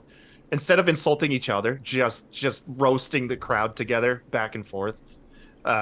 It would be like, I don't know. I think it would be fantastic. Agreed. All right. And also, if Punk wins, and then Punk has got some beef still with the Blackpool Combat Club, then we'll probably see Punk and Danielson. But we really haven't gotten into that yet.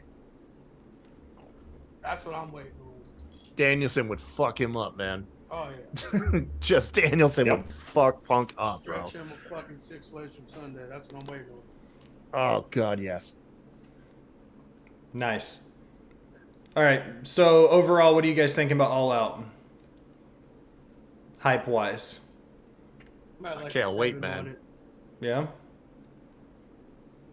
Definitely like a 7. 7 out of 10. Does it and Worlds Collide overlap? Worlds Collide is Sunday. I thought they were going... no, Worlds Collide is... Yeah, it's Sunday afternoon. It's going to be the same time as Clash of the Castle. It's going to be like 10:30 in the morning, 11:30 Eastern time or whatever it is. Because I thought they were running against each other. I thought Worlds Collide and All Out were going to be head-to-head, but they're not because I forgot it was in England. Oh, okay. Yeah. So call me a Sim, call me a Mark, call me a Stan. I don't care. I am so hyped for this. Give me a 9 out of 10. I'm hyped. I cannot wait. Allison? Like a 6. I'm still not hyped about having to pay $50 fucking for it. I need a network. Thank you. I mean, it is what it is. I think... sorry. Yeah, I mean, I'm mildly hyped. We'll see. I think collectively I'm more hyped for the whole weekend, all 3 shows, than I am any one show individually. I think enough of the cards have good matches to where I'm going to have matches I'm going to like from all 3 shows. Now that we're through with AEW, we've got to power through 11 WWE matches as quickly as possible because we've been on the air for an hour and a half. So, Edge, Rey Mysterio versus Judgment Day. How are we feeling about Edge and Rey Mysterio and the Judgment Day going head-to-head? We've got... Dominic about to get some ass out there, man. We're going to watch Dominic spit his game. Him and Rhea are going to become like the internet's favorite couple. Do we think? Do you think we're going to get the Dominic Rhea Ripley match that everybody seems to think we're moving towards with the intergender wrestling? You don't think WWE will pull the trigger? Mm-mm. When everybody else is doing it, you still don't? Rhea Ripley's going to become Dominic's daddy, bro. Like they're gonna be like the most obscure like romance angle ever, dude. He's gonna be like Channing Tatum and Danny McBride on This Is the End. That's a good cut. Yes, that's exactly what it's gonna be like, man. Oh, I can't fucking wait. Dominic's grown out the mullet. He's gonna turn on his dad and say that you're not my real dad. My real dad taught me how to be a wrestler. Good. I hope so. Dude, Shit. that would fucking be brutal. That'd be a hell of a story. Oh, it'd be so brutal. And he reveals like an Eddie shirt. Nah, because then people would cheer for him. Right. Yeah. That's weird. Yeah.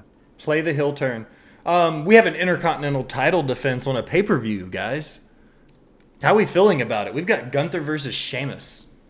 Match of the night, bro. Match of the weekend, bro. Probably. That's what I'm honest. thinking. This could very well be match of the fucking weekend. This will be match of the night for this pay-per-view. The only one that I think could trump it's going to be Riddle Rollins. I think that's going to be the only match that could beat it. The only reason I give this match the edge is because of it's a title match. I think Sheamus is going to show out. He's going to win the belt. I think he's going to dethrone Gunther. I see it happening because of Sheamus having a chance to shine, in Europe for the first time since he left the Indies before he came to WWE. Ted, what do you think? Gunther, Sheamus?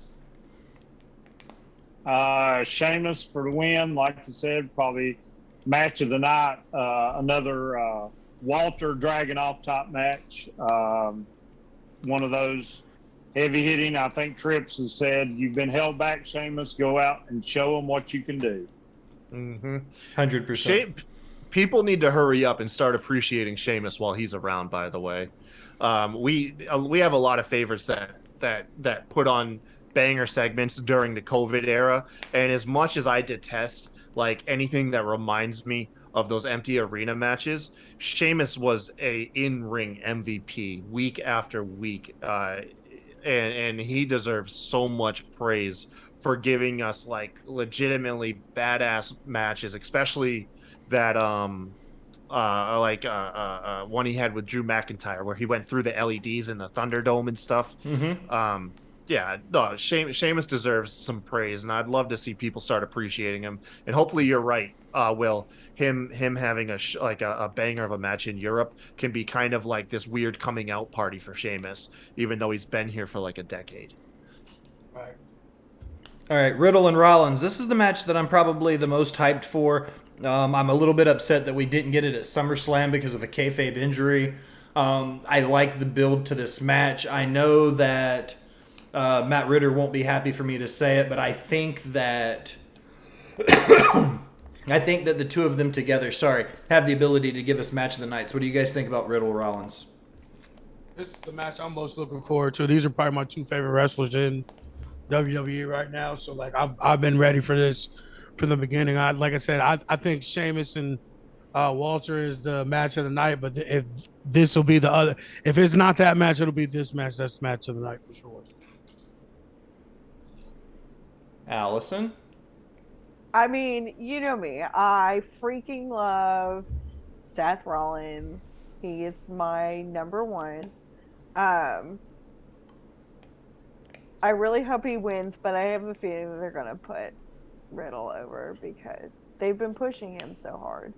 And Seth is the most losingest, wrestler on the roster. I stand by the fact that Seth Rollins is the Babe Ruth of the WWE, man. Babe Ruth struck out a hell of a lot, but he was still one of the greatest to ever do it. Seth Rollins can eat as many L's as you want to give him because at the end of the day, he's still going to be Seth fucking Rollins. Right. You know what I mean? Like, it doesn't matter how many times he loses because every time he wins, you're going to be like, fuck, that was a great match. You know what I mean? Like, period. I agree. If Sheamus and Gunther isn't, this will be match of the night for that. But I think with the Cody series, I think they're going to give Seth the win. And because this is such a personal feud, they'll run it back for a plunder brawl at Extreme Rules. That would be a hell of an Extreme Rules match. Next on the card, we've got the triple threat match, or the trios match. Bianca, Alexa, and Asuka versus Bayley and the Bayley Buddies. With Bayley's return at SummerSlam and everything being built up to this match, what do you guys think about them finally crossing? Man, so I hope they give them a name. Shit. They're the control your narrative girls, man. The Bayley Buddies. I thought they was BSK.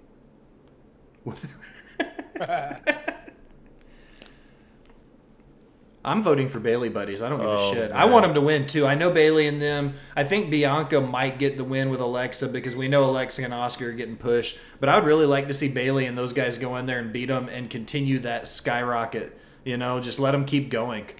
Just keep pushing them to the moon. Yeah, you have an established team facing off against a makeshift team. The established team should be the winners, in my That's opinion. not how WWE operates. We'll see. Should be some. We'll see, man. We'll see. This is where I think Bayley and them. I think Bayley and them need the victory, and that's what I think they need, the victory. So hopefully they'll get it. SmackDown Women's title. Liv Morgan may be having the most underwhelming title reign in recent memory. She cries every week, she seems hyper emotional, and she still can't wrestle or talk. How quickly does Shayna Baszler murder this woman? 5 minutes. Not fast enough. She's not winning this match. I wish to God she would, but she's not winning this match. You think they're going to keep Liv on top, RN? Yeah, I do. Ugh. Ted? Yeah, I think they're actually going to, because Triple H is patient. Look how patient he was with Bo Dallas. Bo Dallas, the long-lost brother of Bray Wyatt. Fucking, they made Liv a loser. Like, they took this girl that everybody was like the She was the internet sweetheart, man. Everybody loved her. She was the underdog, but that was the thing, is she was a classic underdog story that got the crowd behind her pretty organically. And then you have her come out and tap out and lose to Ronda. Like, literally, she lost. She tapped out. And you think that that's because the ref didn't see it, that the crowd is gonna... No, like, the crowd wants their babyface champs to win correctly unless it warrants cheating, like they're getting back at their opponent. But when you come out and you just flat out lose, it doesn't matter if the crowd liked you or not beforehand. You're a loser in their eyes and you don't deserve the belt. You know what I mean? And they fucking sabotaged her. It's like one of the weirdest things I saw them do with her. And then Ronda is out, so it's like she didn't deserve it to begin with. They missed their opportunity with her a year ago. That's it. It's just weird, man. It's weird. I'm ready. I'm over the Liv thing. Like, you have to now build another story for her. Like, but her as champ, I could care less. I would love to see it on Shayna again. I'd love to see it with Shayna with Trips in her corner. Oh, fuck yes, dude. My favorite, Shayna Baszler is my favorite female wrestler, maybe of all time. Definitely of this era of women's wrestling. So, like, I'm all for her winning the title, and I really, in my heart of heart, I hope that's what it goes to, but I just don't see it happening. Like, I'm kind of with what Ted's saying. I think Triple H is going to give her some time, because he has proven that he does like to give people a chance to flesh it out, to figure it out, and to correct it themselves before he pulls the plug. And she hasn't had that much of a reign. Like, and I don't necessarily all the way blame her either for the lacklusterness. Like, I think that she came in at a weird time when all the turmoil and shit was going on. And like everything, they're always a day late and $1 short. Like, they missed it when she organically grew her own following and the crowds were going fucking. She was getting bigger pops than arguably Roman and all those guys at that time about a year or so ago. And they made her lose to Becky. Like, so I don't know. Like, I don't want to completely shit on her, but like we said, it's been lackluster, and I think they'll give her a shot. But I hope Shayna wins, but I think Liv is winning this for sure. Yeah, and here's the other thing that we don't talk about right now is with Bianca probably set to go against Bailey, whoever wins, whether it be Shayna or Liv, there's the elephant in the room that is getting ready to come back. Charlotte Flair. Maybe. Man. I mean, she might like. I mean, she's coming back. She was on Stone Cold. She's getting ready to come back, and Her she will versus probably Shayna, be on SmackDown. I'd love to see her versus Shayna. I think that's the Yeah. program. Yeah, that's a So- cool matchup. That's the program we Yeah. deserve over Liv Charlotte. I think Shayna Charlotte's what we need. I agree with that 1,000%. Undisputed WWE Universal Championship. Is there any chance Drew McIntyre takes the strap off Roman? Yes. No. Small Yes. chance. Are you saying over or under 50%? Me? Period. Anybody? Under. 50%. Way under. Under 50%. There's a chance. You're 1 in a million, so you're saying there's a chance. First of all, he's We're home, almost so in that territory, but Yeah. First of all, he's home, so we know that never happens, regardless if it's Triple H or even in NXT. Like, you don't win in your hometown. Like, that's like number one thing on your WWE contract. You're gonna get your ass kicked and bloodied if we go to your hometown. So that's that. And second of all, like, he's not.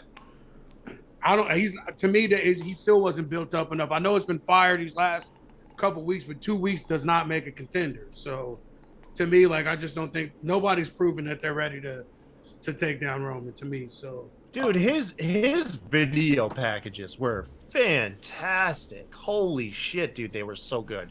I mean, yeah, 2 weeks is kind of short, but he made me a believer that he'll go home with one of the belts. And I just picture like that fucking just that stadium in the UK. Talk about like they could do such good faith with those fans. that was that's what I was saying about the two titles. Like, just say they're both up or say one's up. So then that way you still got Roman with the title and you get to get the other title back to Raw. Yeah.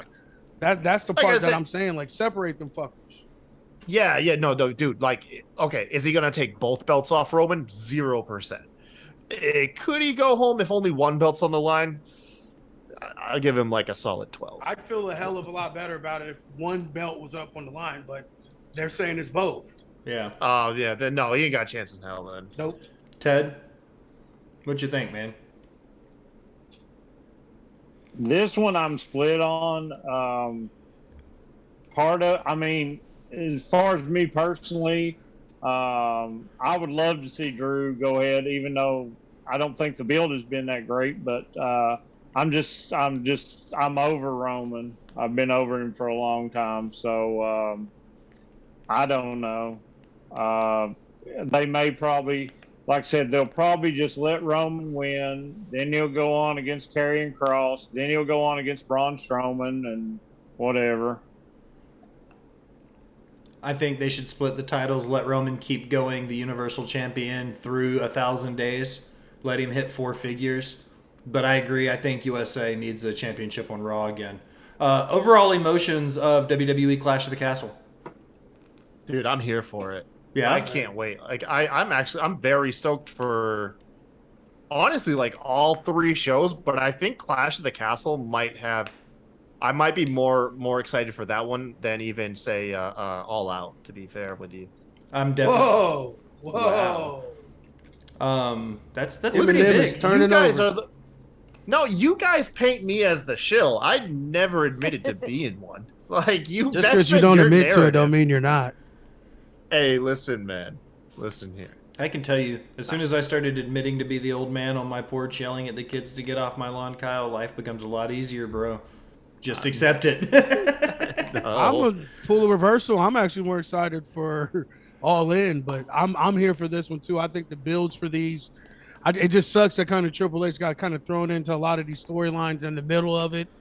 I'm gonna be more excited for the next pay-per-view because I feel that'll be when he gets to reset everything, and then we can honestly say all of this is Triple H. Because right now, like, yes, he's had his hand in it, and we can definitely tell, but I think a lot of these feuds and things are going on. He's just kind of trying to wrap up, so we don't just have like a complete abrupt halt to shit and bring stuff out of the blue, which we all complain about. So I think after this pay-per-view, this will be the hard reset, and we'll get to see officially the Triple H era begins. So I'm kind of hyped for it for sure. I'm about a 7 too. So yeah, I'm about 7 for both. I'm 7 out of 10. Hey, look, I would totally be down if like the first thing that happened was Raw opened up and there's some weird video package saying that we traveled between dimensions and we're in a new universe where the fucking where everything that we knew about the previous WWE is not canon where we are now. Like I would have been just as cool with that too. Well, I'm down with it. Multiverse shit. Let's go. Hey, We it's know already in their branding. We know the branding. We know the WWE doesn't give a shit. Like they rewrite history all the time. I mean, just call it what it is. They make up tournaments. Like the IC title, the South American Championship was never a thing. It's very true. Yeah. Like the North American Championship was, the South American Championship wasn't. You know, Pat Patterson never beat Johnny Rodz. Johnny Rodz never held the South American title. It was completely fake. So I could see WWE just making some shit up. It's not out of the question. Think about how it pretty much is. It would explain why Karrion Kross all of a sudden isn't like fucking out of a goddamn that Mel Gibson movie. Fucking Mad Passion of the Max. Christ. No, it was more like Rick and Morty. Yeah. When Rick and Morty went to that different planet and they had the I know what dude, you- his sister was banging. That's more Yeah. accurate than Which was another like an even funnier Mad parody Max, of Mad right. Max. Yeah. but that one was more the accurate of it. Oh, I think he was more out of 50 Shades of Grey. 50 Shades of Grey. I'm like Christian Grey's less Oh my successful God. cousin. Except your name is spelled different. It is? Is it Yeah. spelled different? Yes. So I spelled it the right way then. NXT Worlds Collide. I'm going to give you guys a match. You tell me your hype level and who you think you got. Cool? Carmelo Hayes, Ricochet, North American Championship. Mello don't miss. Kai-Tai? Oh! I thought it was you were just assigning a match to one person. Fucking yeah, Mello don't miss, man. Alice and Ted? Mellow. Mellow, because he's hot. I love him. That's the only thing I got from Mellow. I'm going to be the unpopular opinion here. I think that this is the reason why, though. I think this is going to be a very Triple H thing with the way NXT is going to be branded. I know Mello don't miss, and if he wins, I'll be hyped because I think he's the shit. I think Mello also needs to be what Swerve was supposed to be. Mello needs to be on the main roster and be competing on the main roster. He's main roster talent. He doesn't need to be in NXT. Ricochet doesn't need to be in NXT either, but his style of wrestling makes sense there. So Ricochet going back, a Triple H guy winning the title seems big. Unifying the NXT tag titles, the Creed brothers, Brooks and Jensen, Brooks, Jensen, and Josh Briggs. Jesus, Gallus, and then Pretty Deadly. I don't even know who those people are. They're Brooks and them. They're a 2.0 tag team that went over to fucking NXT UK and won the title somehow. So, but I mean, it doesn't even matter. They're ass. This should be most likely. This should be the Creed brothers, but yeah, I'd say the Creed brothers. Same here, man. All four teams got something to prove. Creed brothers, though, slowly creeping in to be like a legitimately gnarly tag team. A less funny American Alpha. Right. Ted, Creed brothers, why not? Allison. I'm just gonna go with whatever RN said because I don't really watch NXT, and I trust It's getting RN's better. suggestions. I It's agree. getting It is better. getting better. I watched NXT Yeah. on Tuesday night, and I was like, okay, this isn't terrible anymore. I'm going to go with the Creed brothers as well. I think that makes sense. I mean, I don't think Pretty Deadly is going to get the belt. I think they're big enough over there that they're going to want to put their big tag teams in NXT Europe when they re-roll it. So they're not going to want to get these guys tied up in a bunch of programs in NXT right now. They're going to want their roster ready to roll. Katana Chance and Caden Carter versus Doudrop and Nikki ASH women's tag team titles. I could care less. This is another one of those Triple H matches for me where I just see Doudrop and Nikki ASH getting them because they were so successful in NXT. I just see him slowly moving his people back there and having his black and gold run. It's the black and gold invasion. Yeah, that's all this is. In my opinion, it's just the NXT black and gold invasion. Awesome. They're coming back. You thought they were dead. Uh-huh. I don't care who wins as long as Doudrop gets her old name back. Yeah, bring back Piper. Is that a new dog, Allison? No, it's Peanut. No. Where's the cat? What was the cat's name last week? Chester. Chester alive? Chester alive? Yes. Chester is alive, guys. Good to know.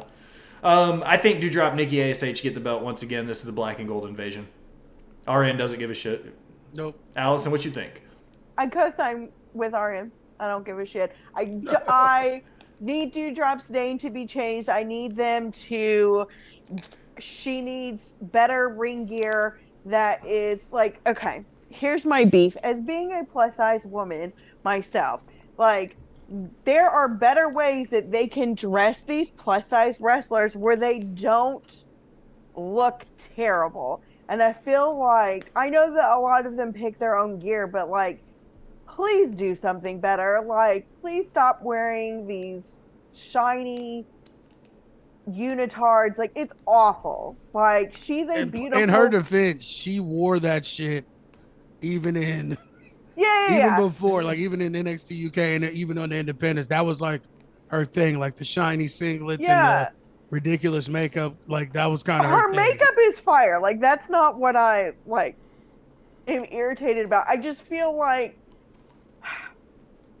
because she's overdoing it. Yeah, she's overdoing it. Like they've programmed her into play into this. Okay, you're this big girl. You better act like a big girl. Like, you can be awesome and not have to play that like big girl role.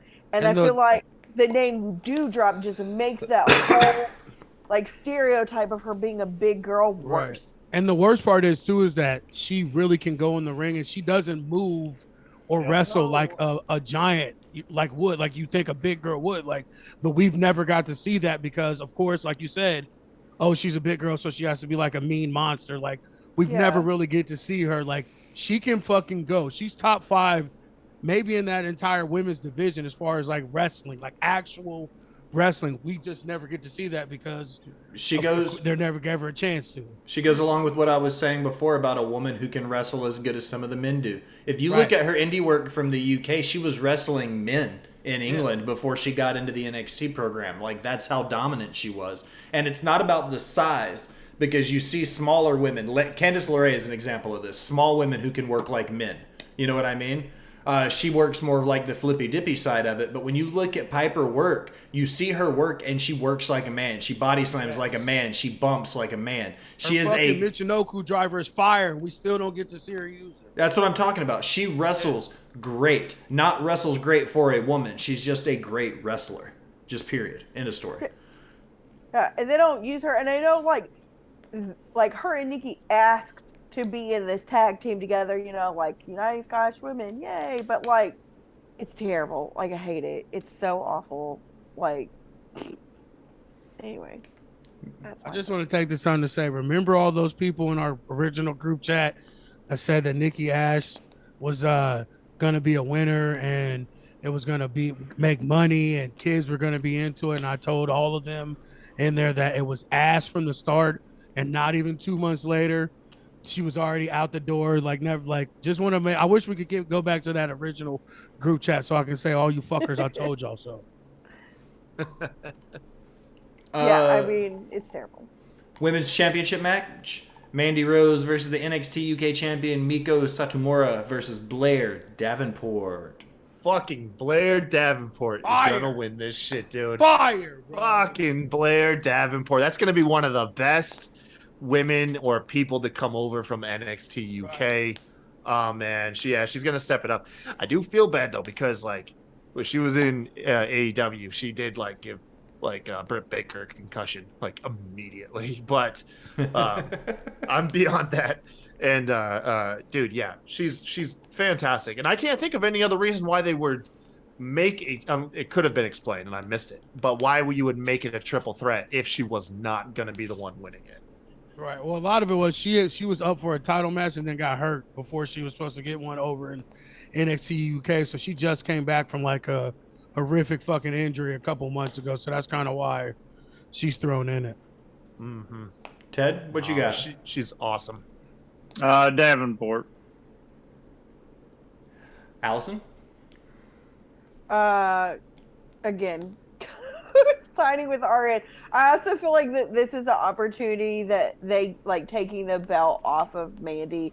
They can push her up to the main roster because we all know that there definitely needs to be more women there because they ain't got none. Pretty Toxic Attraction. They were on SmackDown this past week. Right. But her like fully on the main No, I meant roster. like I'm asking. Yeah. Like I thought I heard something that they wrestled. Yeah, they were in the the women's tag. Then they got hurt, and that's why they had to do that second chance fatal 4-way match. Was because they replaced Nikita and whoever she was tagging with because she got hurt, right. And then Toxic Attraction came in, won, and then got hurt. So they did the second chance fatal 4-way to replace them, and that's how we got to where we're at. This may be stupid, and I may have just tuned this out. Did we talk about the Clash of the Castle women's tag match for the belts? Did we talk about that? I think we did. No, we didn't. No, we didn't. You're totally right. That's not on my list. I totally blew that off. Way to go, Allison. I thought they were doing the finals. I thought they're doing the finals this Friday. That's what. Well, they are. They're doing the finals on SmackDown. It's not on the card. The finals on SmackDown. Yeah. Yeah. I was like, wait a second. They'll be on the card. They'll face Sasha and Naomi, and Sasha and Naomi will win. I hope so. Well, that was gonna be my thing. That like Sasha and Naomi were gonna like come in and interfere. Anyways, okay, moving on. Braun Breaker versus Tyler Bate, not Tyler Bates. I hope it's Tyler, but I think it's going to be Braun. I think it'll be Braun. I feel like, it feels like Braun. You know who I wish it was? I wish it was somehow Tommaso Ciampa. Like going back to Goldie? Just going back to Goldie. Just reuniting. Can't keep them apart. I'm going to tell you right now, Tyler Bate is what they wish Braun Strowman was. I mean, Braun Breaker was. Agreed. I think Braun is carrying the clout of being a Steiner. I think he's a fantastic worker. I think he's doing great things, but I don't think he's the best that NXT has to offer. No, he's not there, and he's even brought me around. Like I'm still not. I still hate the and shit, like all that stuff. Like, but he has gotten better. Like he's gradually got better throughout this process, which is a good thing that he's getting this good and getting better as he goes along. But I just don't think.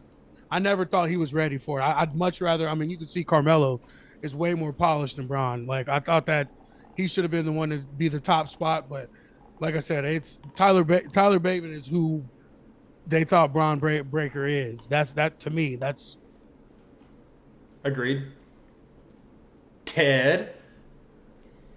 Tyler Bates going to win, become the new face of NXT. Let's go. And they're going to go ahead and hurry it because Braun is a Steiner. They're going to go ahead and rush his delivery up to the main roster. Braun Breaker, Solo Sikoa. I think both of those guys are going to the main roster. You know what they'll do is they'll do the same thing that they did with his uncle. They'll take a champ that the crowd is maybe not as keen on, and they'll put him in there. Just like they did with Scott Steiner going against Triple H. Braun will go up, and he'll face off against Roman, and they'll stink out the joint again. It'll run in the family. It will just run in the family, dude. Guys, we did it. 22 matches. It took us 2 hours to do it. Whew. Are you tired? It was 40-something matches. Of course it took fucking 2 hours. This is my favorite part of every episode, though, because I finally get to stop talking. I just got to listen to you guys talk. Kyle, I'm going to let you tee it off. You go first. Oh, fucking hey, everybody. I have a Twitter. It's at the Kai Tai Show. You can also follow the show channel at like Smack Drop Pod.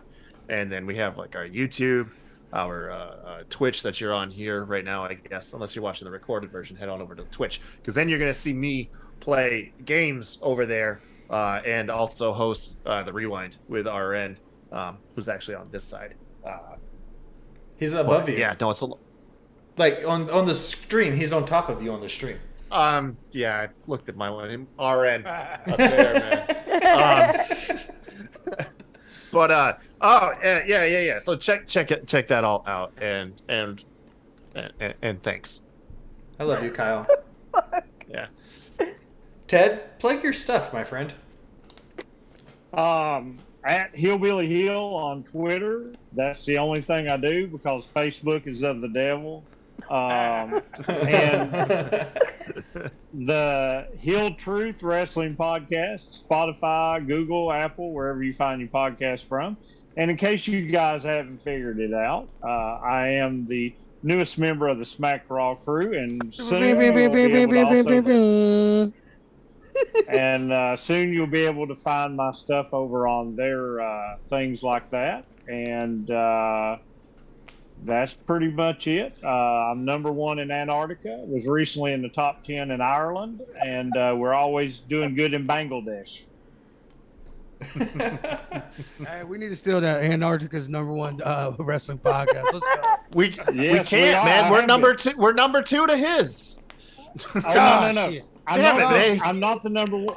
I'm not the number 1 wrestling podcast. I'm the number 1 podcast in any genre in Antarctica. Let's go. I overtook the conspiracy Nephilim buried in the ice by the government podcast a few months ago. I'm going to start announcing us as being the number 1 podcast in Antarctica. I don't give a shit. I'm using it. RN, Oh my god. brother, plug your stuff, my man. Check me out on Twitter, Mr8984, AR89 on Instagram, Route 4 Kennel on Instagram, Mean Jelly Bean Productions on YouTube, Mean Jelly Bean Memes on Facebook. Hit me up if you're going to argue about anything. And welcome to the squad, Ted. Appreciate everything you've done for us this past, really the past year. You've always been one of our number 1 fans plugging our shit. So it was only right we brought you under the umbrella, and glad to have you. And I need my invite to the show, bro. Okay. Allison? You can find me on the tweeters, justagirl918. You can try to follow me on Instagram. I might approve you.